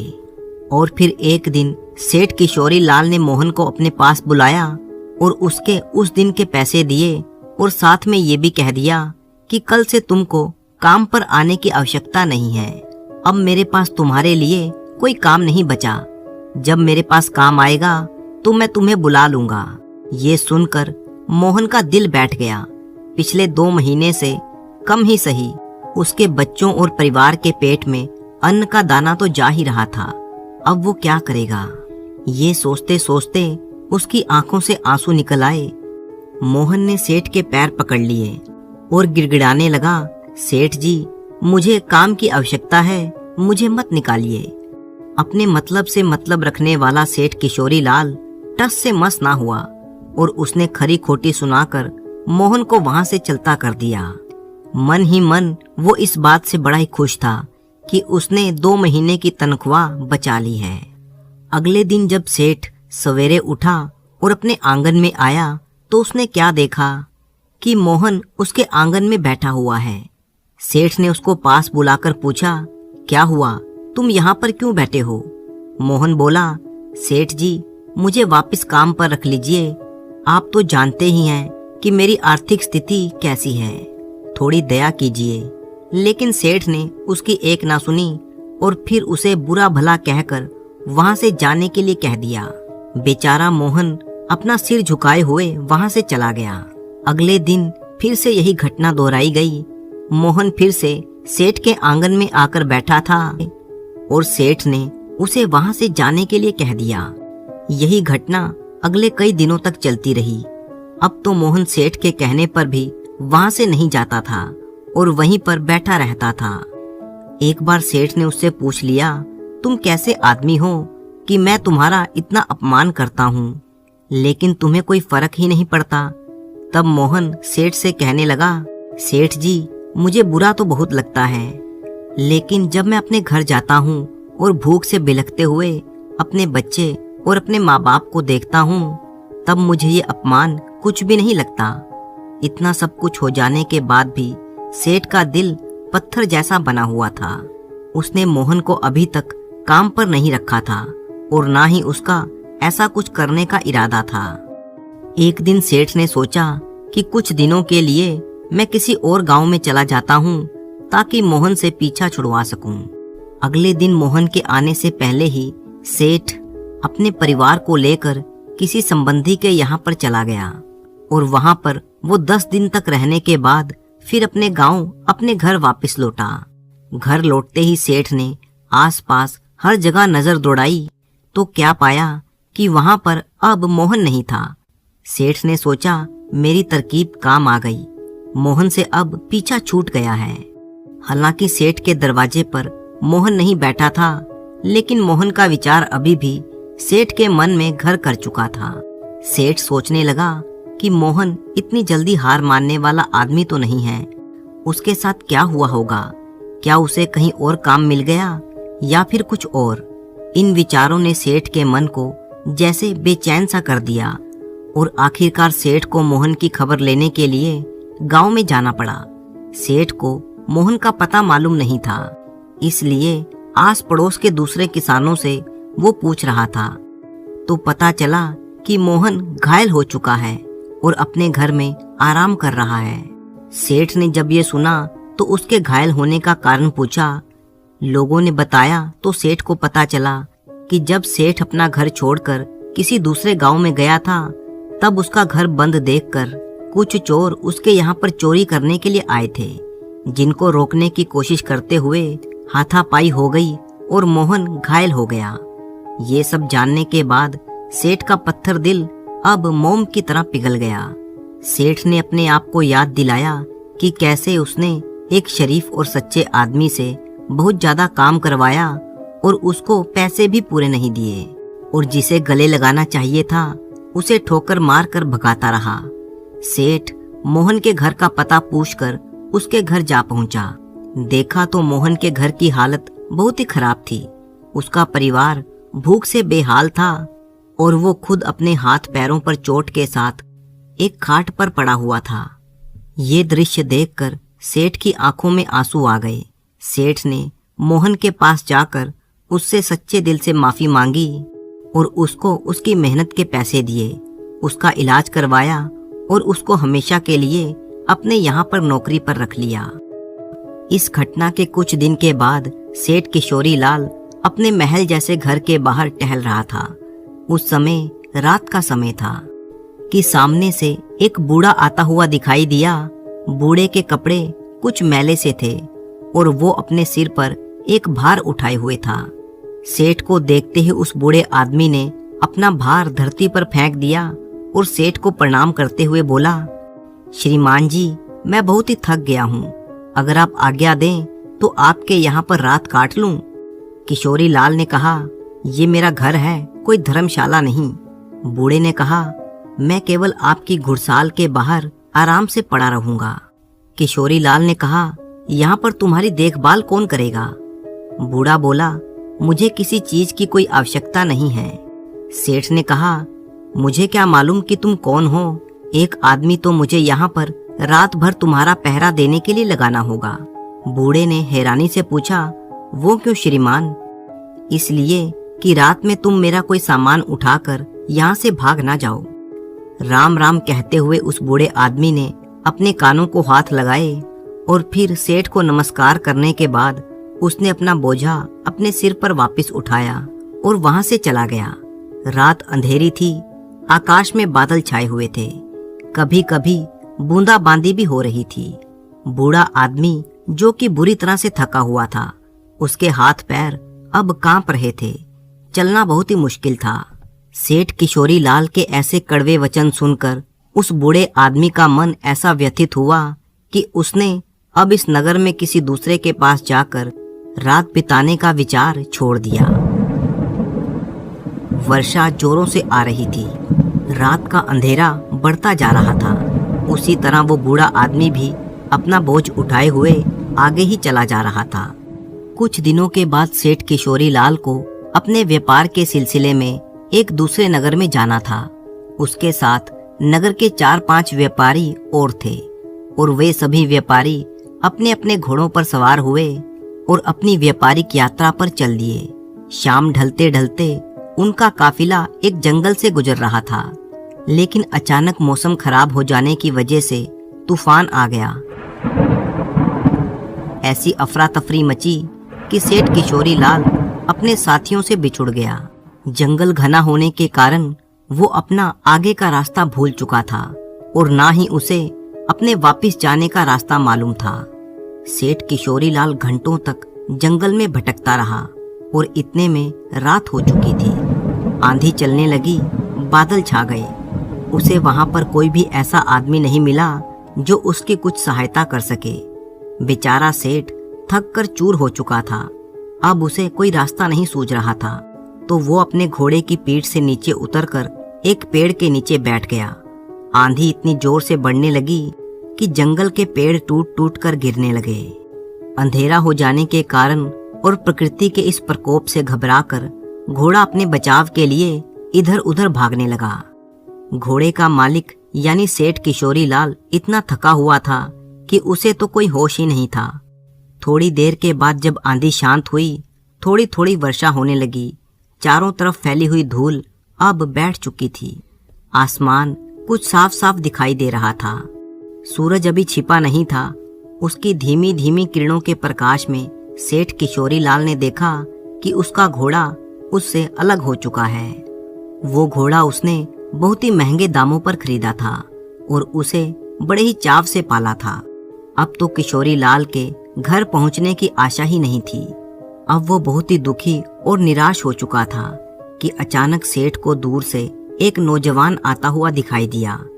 पहले तो सेठ डर गया कि कहीं ये कोई चोर या डाकू ना हो, परंतु जब उस नौजवान ने पास आकर सेठ को नमस्कार किया तो उस नौजवान की मुस्कुराहट देखकर सेठ के मन को कुछ शांति हुई। निराश सेठ किशोरी लाल को एक आशा की किरण दिखाई देने लगी। मुस्कुराते हुए उस नौजवान ने सेठ से पूछा कि आप इतना घबरा क्यों रहे हैं। सेठ ने बताया कि वो अपने साथियों से बिछुड़ चुका है और जंगल में रास्ता भटक गया है। साथ ही साथ उसे यहाँ पर कोई सहायता नहीं मिली, इसलिए वो बहुत ही परेशान है। ये कहते हुए सेठ ने उस नौजवान को अपनी सारी कहानी सुना दी। सेठ की ऐसी दुख भरी कहानी सुनकर उस नौजवान को सेठ पर दया आ गई और वो उसे अपनी झोपड़ी में ले गया। वहां जाकर नौजवान ने कहा, मैं अपने बूढ़े पिता के साथ यहाँ पर रहता हूँ। जो भी रूखा सूखा भोजन हम खाते हैं वो आप भी खाएं और फिर आराम कर लें। सेठ ने घबराते हुए पूछा, परंतु मेरे घोड़े का क्या होगा? वो नौजवान बोला, सुबह होने से पहले मैं आपके घोड़े को भी ढूंढ लाऊंगा। सेठ ने हैरान होते हुए पूछा, वो कैसे? उस नौजवान ने जवाब दिया, मैं इस जंगल के कोने कोने से परिचित हूँ। सेठ ने पूछा, तो क्या तुम मेरे साथियों को भी ढूंढ लोगे? हाँ, अगर वो इसी जंगल में हुए तो मैं उन्हें अवश्य ढूंढ लूंगा। ये जवाब सुनकर सेठ को बहुत ही संतोष हुआ और फिर वो निश्चिंत होकर वहां पर लेट गया। अभी तक सेठ सोया नहीं था कि वो नौजवान उसके सामने दूध का एक कटोरा लेकर आ गया। सेठ ने पूछा, ये क्या है? श्रीमान, ये हमारी बकरी का दूध है। तुम्हारे पास कितनी बकरियां हैं? जी, सिर्फ एक। अच्छा, तो क्या वो इतना दूध दे सकती है? ये 1 सेर दूध होगा, तुम भी पी लो। नौजवान ने कहा, पिताजी ने कहा है कि आज का दूध सिर्फ अतिथि सेवा में ही लगाया जाएगा। आज हम लोग दूध नहीं पिएंगे क्योंकि हमारे यहाँ पर सबसे बढ़िया चीज दूध और पूत को समझा जाता है। अतिथि की सेवा में हम लोग इन दोनों वस्तुओं को पेश कर देते हैं। मैं पिताजी का इकलौता पुत्र हूँ और दूध हमारे यहाँ पर सबसे अच्छा भोजन समझा जाता है। पिताजी ने ये दोनों वस्तुएं आपकी सेवा में भेज दी हैं। सेठ ने कहा, तुम तो सचमुच देवता हो। नहीं श्रीमान, देवता तो बहुत दूर की चीज है, हम तो पूरी तरह से मानवता को भी नहीं अपना सके। सेठ ने कहा, नौजवान, मानवता तो तुम्हारे अंदर कूट कूट कर भरी हुई है। इस तरह से बातें करते करते सेठ सो गया। अपने अतिथि की सच्ची सेवा करने वाला वो नौजवान चुपके से उठा और हाथ में मशाल लेकर अतिथि का घोड़ा ढूंढने के लिए जंगल की तरफ निकल गया। सुबह होते ही वो नौजवान सेठ का घोड़ा लेकर अपनी झोंपड़ी पर लौट आया। उसकी माँ ने जब देखा कि मेहमान का घोड़ा मिल गया है तो वो उठकर घोड़े के लिए दाना दलने लगी। वो जानती थी कि घोड़ा जंगल से घास चरकर आया होगा, परंतु फिर भी उसने अतिथि के घोड़े की सेवा करना अपना कर्तव्य समझा। सुबह के समय जब सेठ सोकर उठा तो उसने देखा कि उसका घोड़ा दाना खा रहा था, जबकि वो नौजवान सेठ के सामने हाथ जोड़े हुए खड़ा था और कह रहा था, आज भगवान ने हमारी लाज रख ली। सेठ ने पूछा, वो कैसे? तो नौजवान ने कहा, आपका घोड़ा बिल्कुल ठीक ठाक मिल गया। अगर वो सामने की तरफ निकल गया होता तो शायद उसे शेर खा चुका होता। ये सुनकर सेठ ने उस नौजवान का बड़ा ही धन्यवाद किया। ठीक उसी समय उस नौजवान की बूढ़ी माता ने अतिथि के लिए दूध का कटोरा भेज दिया। दूध पीने के बाद सेठ ने उस नौजवान से कहा कि मैं अब घर वापस जाना चाहता हूँ, लेकिन उससे पहले मैं तुम्हारे पिता से मिलना चाहता हूँ। नौजवान अपने पिता को बुलाने के लिए गया और उसने कहा, पिताजी, अतिथि महाशय आपको याद कर रहे हैं। पिता ने पूछा, वो किस लिए? वो जाना चाहते हैं। पिता ने कहा, उन्हें कहो कुछ दिन और ठहरें। मैंने कहा था परंतु वे नहीं माने। अच्छा, तो जाकर उन्हें नगर तक छोड़कर आओ। पिताजी, मेहमान जाने से पहले आपके दर्शन करना चाहते हैं। बेटा, अच्छा तो यही होगा कि मैं उनसे ना मिलूं। पिता की ये बात सुनकर पुत्र को कुछ आश्चर्य हुआ। उसने अपने पिता के सामने कभी भी अपने मुंह से क्यों शब्द नहीं बोला था, इसलिए वो अपने पिता को इस तरह से देखने लगा मानो उसकी आंखों में क्यों का शब्द लिखा हो। बूढ़े पिता ने अपने बेटे के इस प्रश्न को पढ़ लिया और फिर धीरे से उसे समझाते हुए बोला, शायद तुम ये पूछना चाहते हो कि मैं अतिथि से इस प्रकार दूर रहकर उनका निरादर क्यों कर रहा हूँ। असल में मेरी इस बात में भी अतिथि का सत्कार ही छिपा हुआ है।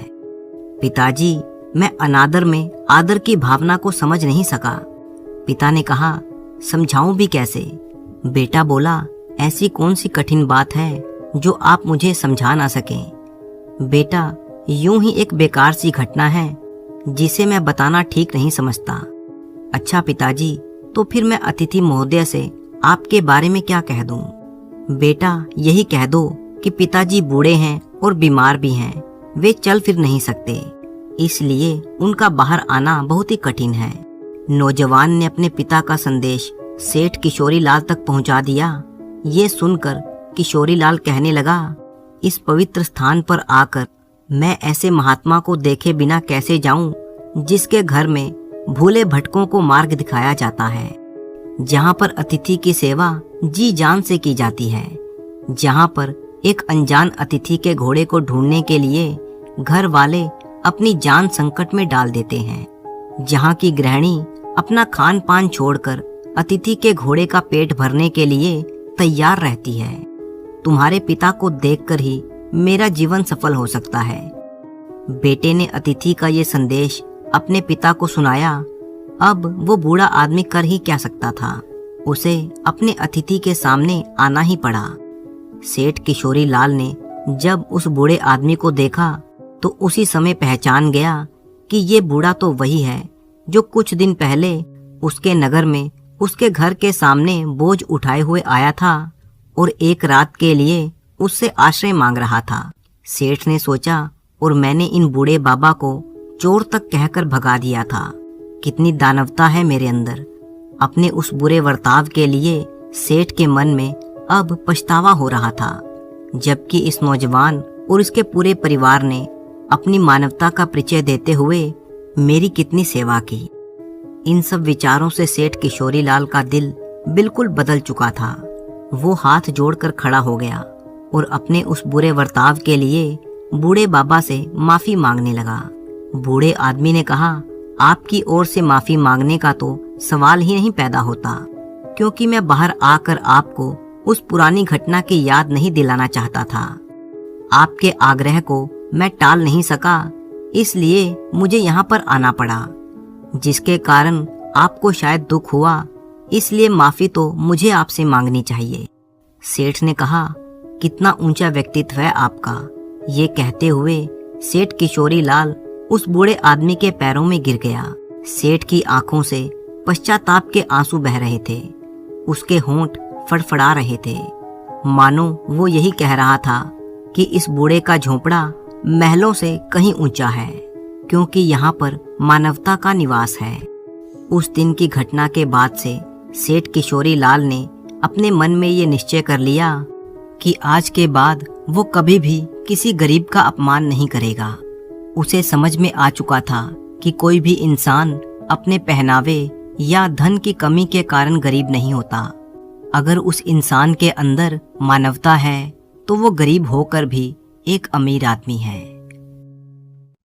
सैकड़ों साल पुरानी बात है, जब एक गांव में सुंदरलाल नाम का एक किसान अपने बेटे रघु और अपनी पत्नी पुष्पा के साथ रहता था। सुंदरलाल और उसका बेटा दोनों छोटी सी जमीन पर खेती किया करते थे, जिससे उनका गुजारा चल रहा था। दोनों बाप बेटा बहुत ही मेहनती थे। एक दिन सुंदरलाल ने अपने बेटे रघु से कहा, बेटा, बारिश का समय आने वाला है, इसलिए जल्दी से चलकर खेतों में बीज बो देते हैं। रघु ने कहा, पिताजी, आपकी बात तो ठीक है, मुझे पूरी उम्मीद है कि इस वर्ष हमारी फसल बहुत ही अच्छी होगी। अपने बेटे की बात सुनकर सुंदरलाल कहने लगा, हाँ बेटा, हम किसान तो इसी उम्मीद पर काम करते हैं। और इस तरह से बाप बेटे दोनों का समय खेतों में निकल गया। सुंदरलाल बहुत ही गरीब था, लेकिन उसके मन में भगवान के प्रति बहुत ही आस्था थी। वो रोज अपने खेतों में जाने से पहले ईश्वर को याद करता और उसके बाद ही काम पर जाता। अपने खेतों में जाने से पहले वो गांव के मंदिर के बाहर बैठे हुए एक साधु महाराज को प्रणाम करके ही जाता था।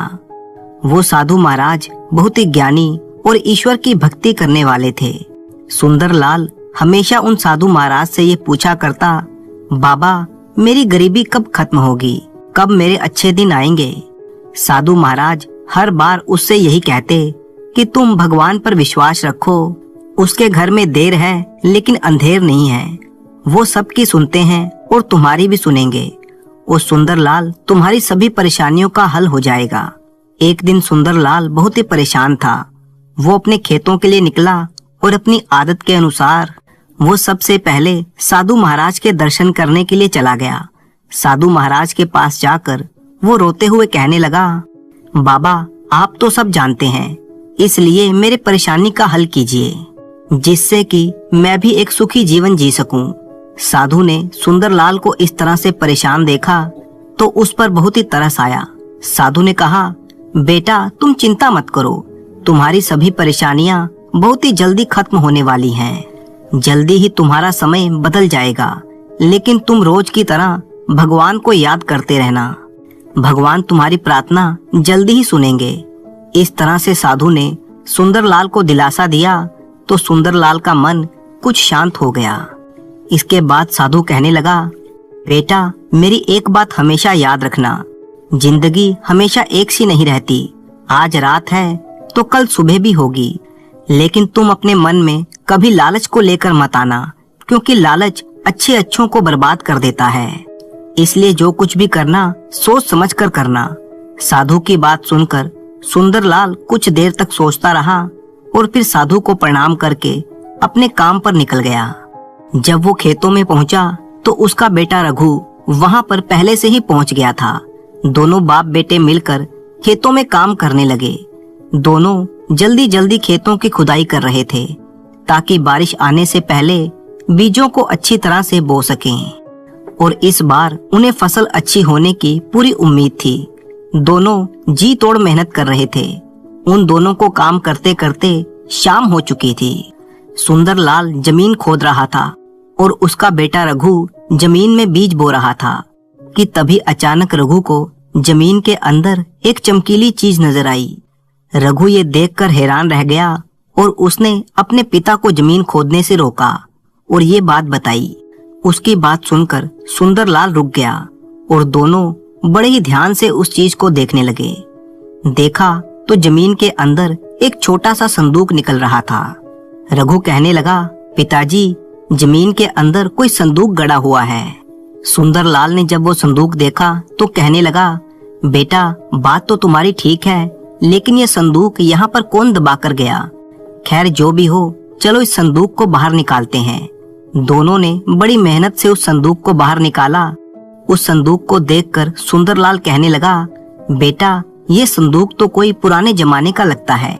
सुंदरलाल ने जब उस बक्से को उठाया तो वो मन ही मन में बहुत ही खुश हो रहा था। सोच रहा था कि इसमें जरूर कोई खजाना होगा। और फिर दोनों बाप बेटे ने मिलकर उस संदूक को खोला। जब उन दोनों ने संदूक को खोला तो संदूक के अंदर एक चमकता हुआ हीरा और एक कागज की पर्ची थी। सुंदरलाल खुद तो पढ़ा लिखा नहीं था, इसलिए उसने वो पर्ची अपने बेटे रघु को पकड़ा दी और कहने लगा, बेटा, जरा पढ़ तो सही कि इस कागज पर क्या लिखा है। रघु उस कागज को पढ़ने लगा। उसमें लिखा था कि ये हीरा कोई मामूली हीरा नहीं है, ये एक इच्छा पूरी करने वाला चमत्कारी हीरा है। लेकिन एक बात याद रखना, ये हीरा सभी इच्छाएं पूरी कर सकता है, लेकिन मरे हुए व्यक्ति को जीवित नहीं कर सकता। सुंदरलाल ने उतावले स्वर में अपने बेटे से पूछा, बेटा, इस पर्ची में क्या लिखा है? क्या ये किसी खजाने का नक्शा है? रघु कागज पर लिखी हुई बात को पढ़कर बहुत ही हैरान था। वो अपने पिता से कहने लगा, नहीं पिताजी, इसमें तो ये लिखा है कि ये चमकदार हीरा सभी इच्छाओं को पूरा करता है। आप जो भी इससे मांगोगे वही आपको मिलेगा। सुंदरलाल ने जब ये बात सुनी तो कहने लगा, बेटा, ये किस तरह का मजाक है? क्या कभी ऐसे भी हो सकता है?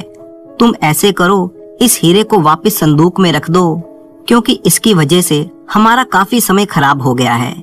रघु एक समझदार लड़का था।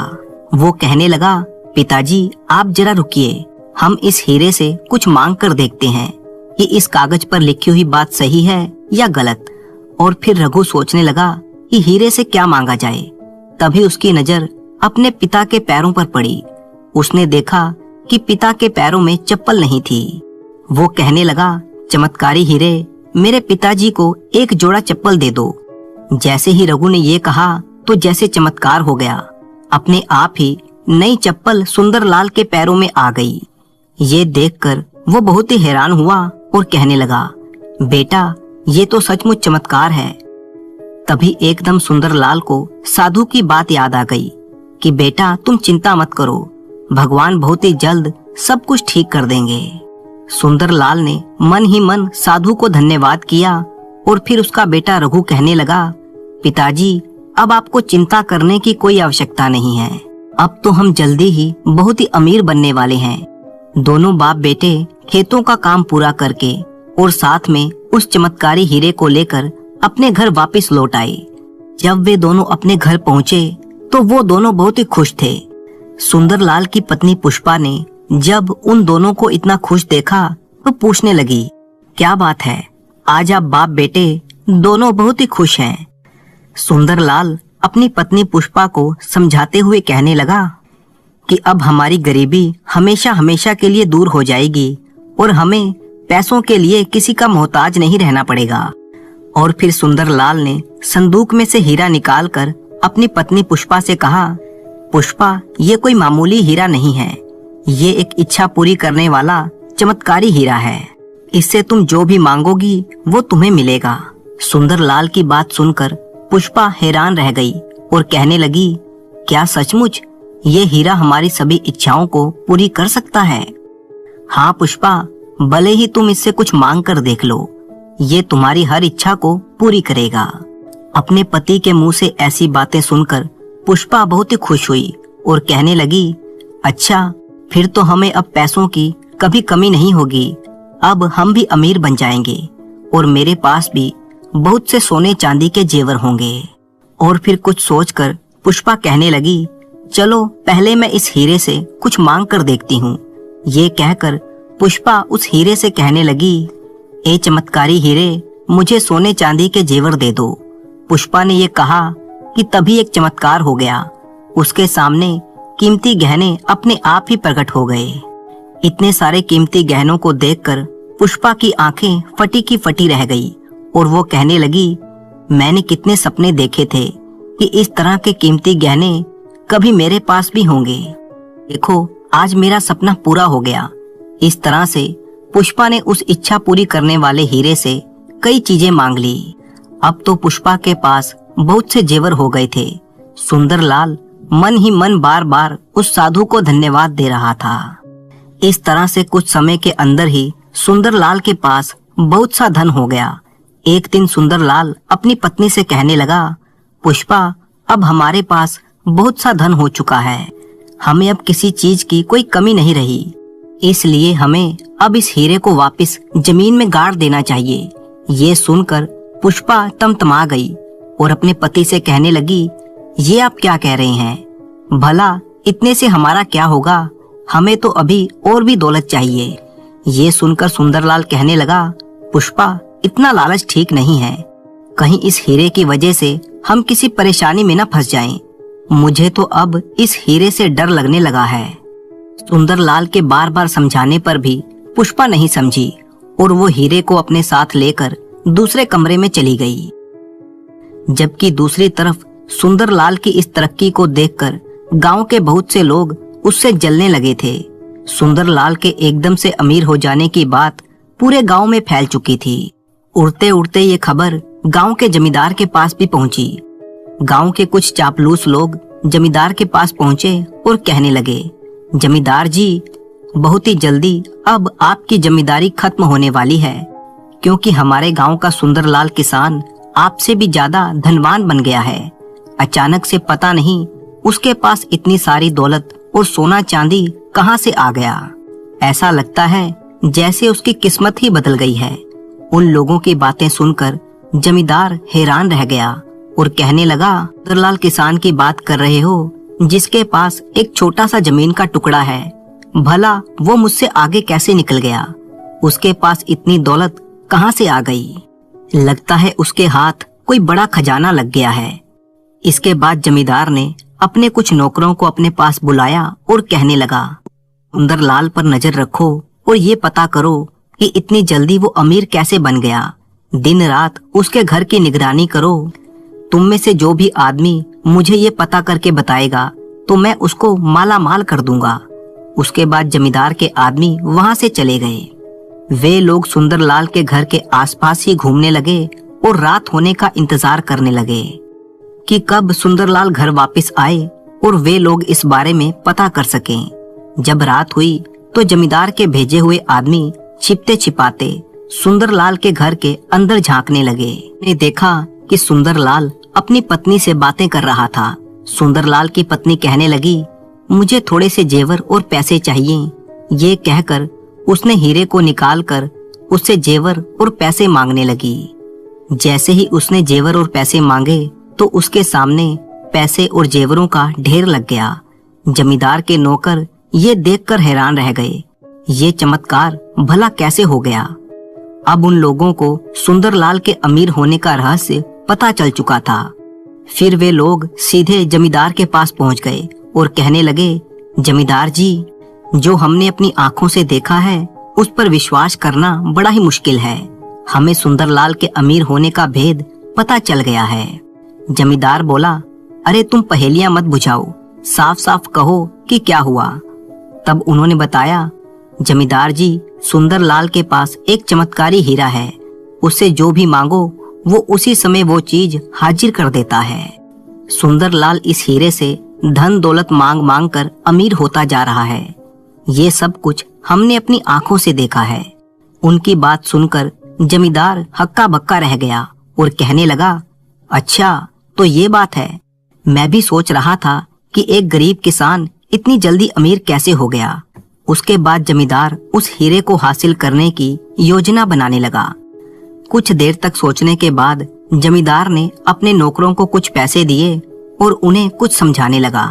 इसके बाद जमींदार अपने कुछ लठैत और गांव के कुछ आदमियों को लेकर सुंदरलाल के घर पर जा धमका। सुंदरलाल के घर के बाहर पहुंचकर वो सुंदरलाल को आवाज लगाकर बुलाने लगा। सुंदरलाल बाहर आया तो बोला, कहिए जमींदार जी, क्या काम है, कैसे आना हुआ? जमींदार उसे धमकाते हुए कहने लगा, मुझे तुम्हारे अमीर होने का रहस्य पता चल गया है और तुम्हें वो जो इच्छा पूरी करने वाला हीरा मिला है वो हमारे गांव की जमीन से मिला है और वो जमीन मेरे अधिकार क्षेत्र में आती है। इसलिए गांव के जमींदार होने के नाते अब वो हीरा मेरा है, उस पर मेरा अधिकार है, ना कि तुम्हारा। सुंदरलाल जमींदार की बात सुनकर कहने लगा, वो हीरा मेरा है क्योंकि वो मेरी जमीन से निकला है, इसलिए वो मेरा ही होगा। भले ही वो जमीन आपके अधिकार क्षेत्र में आती है, लेकिन उस जमीन का असली मालिक तो मैं हूँ। जमींदार उसकी बात सुनकर गुस्से से लाल पीला हो गया और कहने लगा, सुंदरलाल, तेरी भलाई इसी में है कि तू चुपचाप वो हीरा मेरे हवाले कर दे, नहीं तो मैं ये सारी बात जाकर महाराज को बता दूंगा और फिर तुम्हारा फैसला महाराज ही करेंगे। इस तरह से सुंदरलाल और जमींदार के बीच में झगड़ा होने लगा।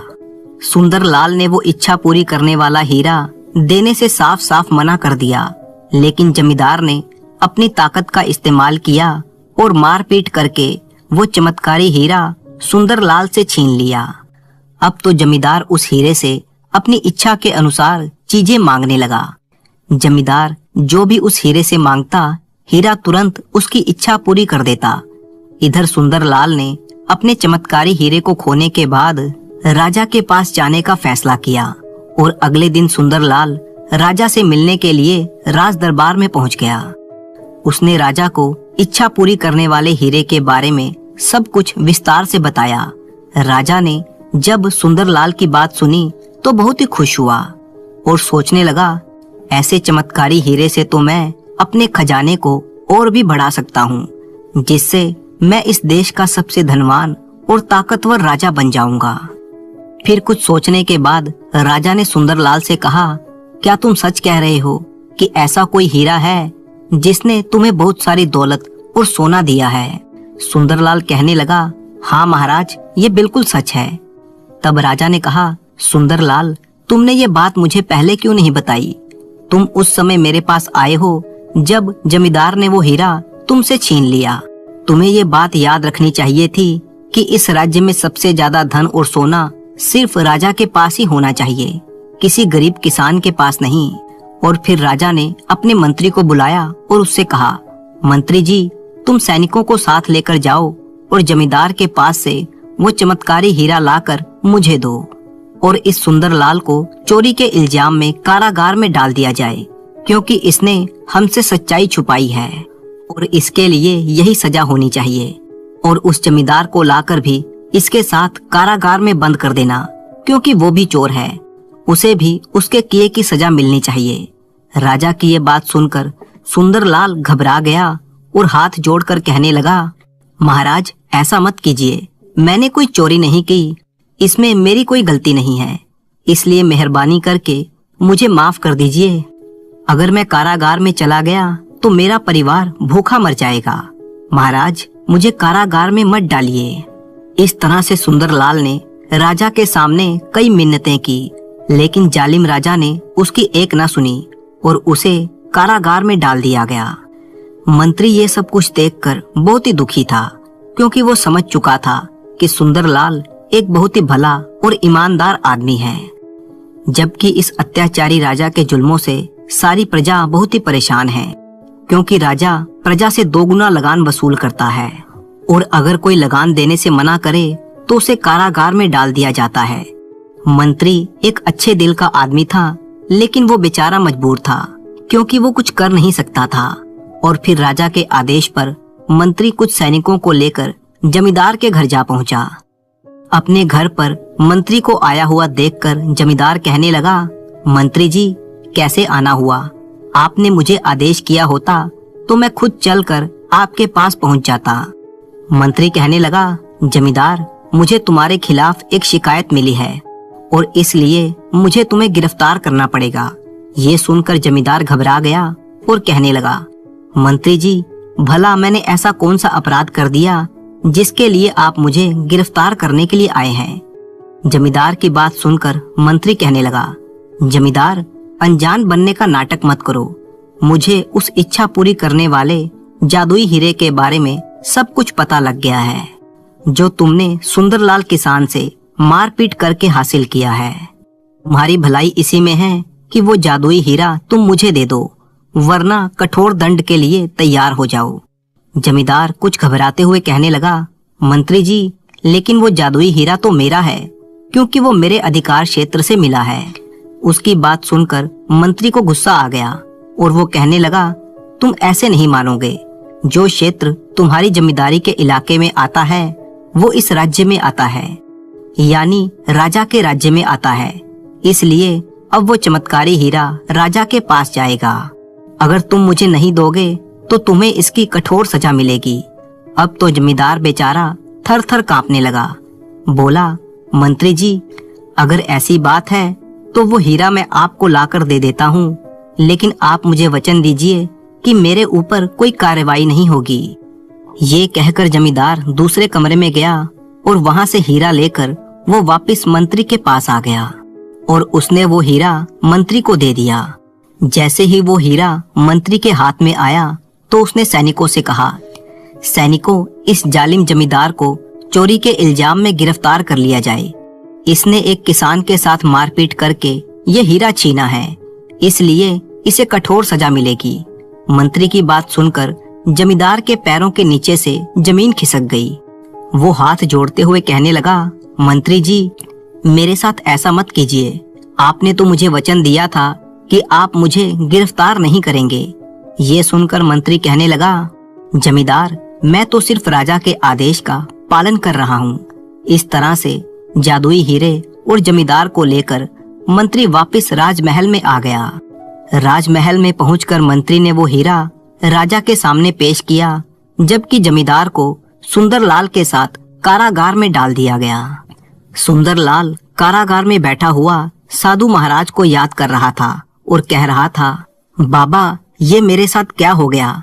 आपने तो कहा था कि अब मेरे अच्छे दिन आने वाले हैं। कि तभी सुंदरलाल ने अपने सामने जमींदार को देखा तो कहने लगा, अरे जमींदार, आप यहाँ पर कैसे? उसकी बात सुनकर जमींदार मायूस होकर कहने लगा, हाँ सुंदरलाल, तुम मुझे माफ कर दो, ये मेरे ही कर्मों की सजा है। सुंदरलाल कहने लगा, मुझे पहले ही ये आभास हो रहा था कि इस इच्छा पूरी करने वाले हीरे की वजह से कोई ना कोई मुसीबत आने वाली है, और देखो ऐसा हो ही गया। दूसरी तरफ राजा उस चमत्कारी हीरे से सोना, चांदी, हीरे, मोती और आभूषण मांगकर दिन रात अपने खजाने को भरता जा रहा था। अब तो राजा के पास पहले से भी कई ज्यादा धन दौलत हो चुकी थी। इस राजा विक्रम सिंह के पास अपार धन दौलत की खबर जब आस पड़ोस के राजाओं को पहुंची तो कई राजाओं ने विक्रम सिंह की इस दौलत को हथियाने का फैसला कर लिया और उसके राज्य पर हमला करने की चेतावनी भेज दी। ये देखकर राजा विक्रम सिंह डर गया। उसने अपने धन और राजपाट को बचाने के लिए एक सभा बुलाई। सभी लोग जब उस सभा में आ गए तो राजा ने अपने मंत्री से कहा, मंत्री जी, हमारे राज्य पर पड़ोस के दूसरे राजाओं की बुरी नजर पड़ गई है और वो सभी जल्दी ही हमारे ऊपर आक्रमण करने वाले हैं। अब आप ही कोई उपाय बताइए। राजा की बात सुनकर मंत्री ने चापलूसी भरे स्वर में कहा, अरे महाराज, आपको डरने की क्या आवश्यकता है? आप तो एक शक्तिशाली राजा हैं और हमारे खजाने में तो धन की कोई कमी भी नहीं है। अगर हमारे राज्य पर किसी ने आक्रमण किया तो हम उसका मुकाबला कर सकते हैं। राजा मंत्री की बातों में आ गया, जबकि मंत्री मन ही मन सोच रहा था कि ये राजा तो बहुत ही जालिम और क्रूर है। इस राजा के कारण सारी प्रजा बहुत ही दुखी है, इसलिए उसने राजा को गलत सलाह दी थी। अगले दिन पड़ोसी राजाओं ने एक साथ मिलकर विक्रम सिंह के राज्य पर हमला कर दिया और फिर राज्य की सीमा पर बहुत दिनों तक युद्ध चलता रहा। लेकिन पड़ोसी राजाओं के सामने विक्रम सिंह की एक न चली और राजा विक्रम सिंह युद्ध में मारा गया। इसके बाद पड़ोसी राजाओं ने राजमहल पर हमला कर दिया और सारे खजाने को अपने साथ लेकर चले गए, क्योंकि उन्हें सिर्फ खजाने से मतलब था। उन्होंने राज्य की प्रजा के साथ कोई भी अत्याचार नहीं किया और महल का सारा खजाना समेटकर अपने अपने राज्यों को चले गए। अब राजा की मृत्यु की खबर पूरे राज्य में फैल चुकी थी। लोगों ने जब ये खबर सुनी तो सभी लोग खुशियां मनाने लगे। एक दूसरे से कहने लगे कि अब तो हम चैन से जिएंगे। अच्छा हुआ कि हमारा अत्याचारी राजा मारा गया। इस राजा ने तो पहले ही हमारा जीना हराम कर रखा था। राजा की मृत्यु के बाद राज दरबार अब खाली खाली सा हो गया था। किसी भी राज्य को चलाने के लिए राजा का होना बहुत ही आवश्यक है।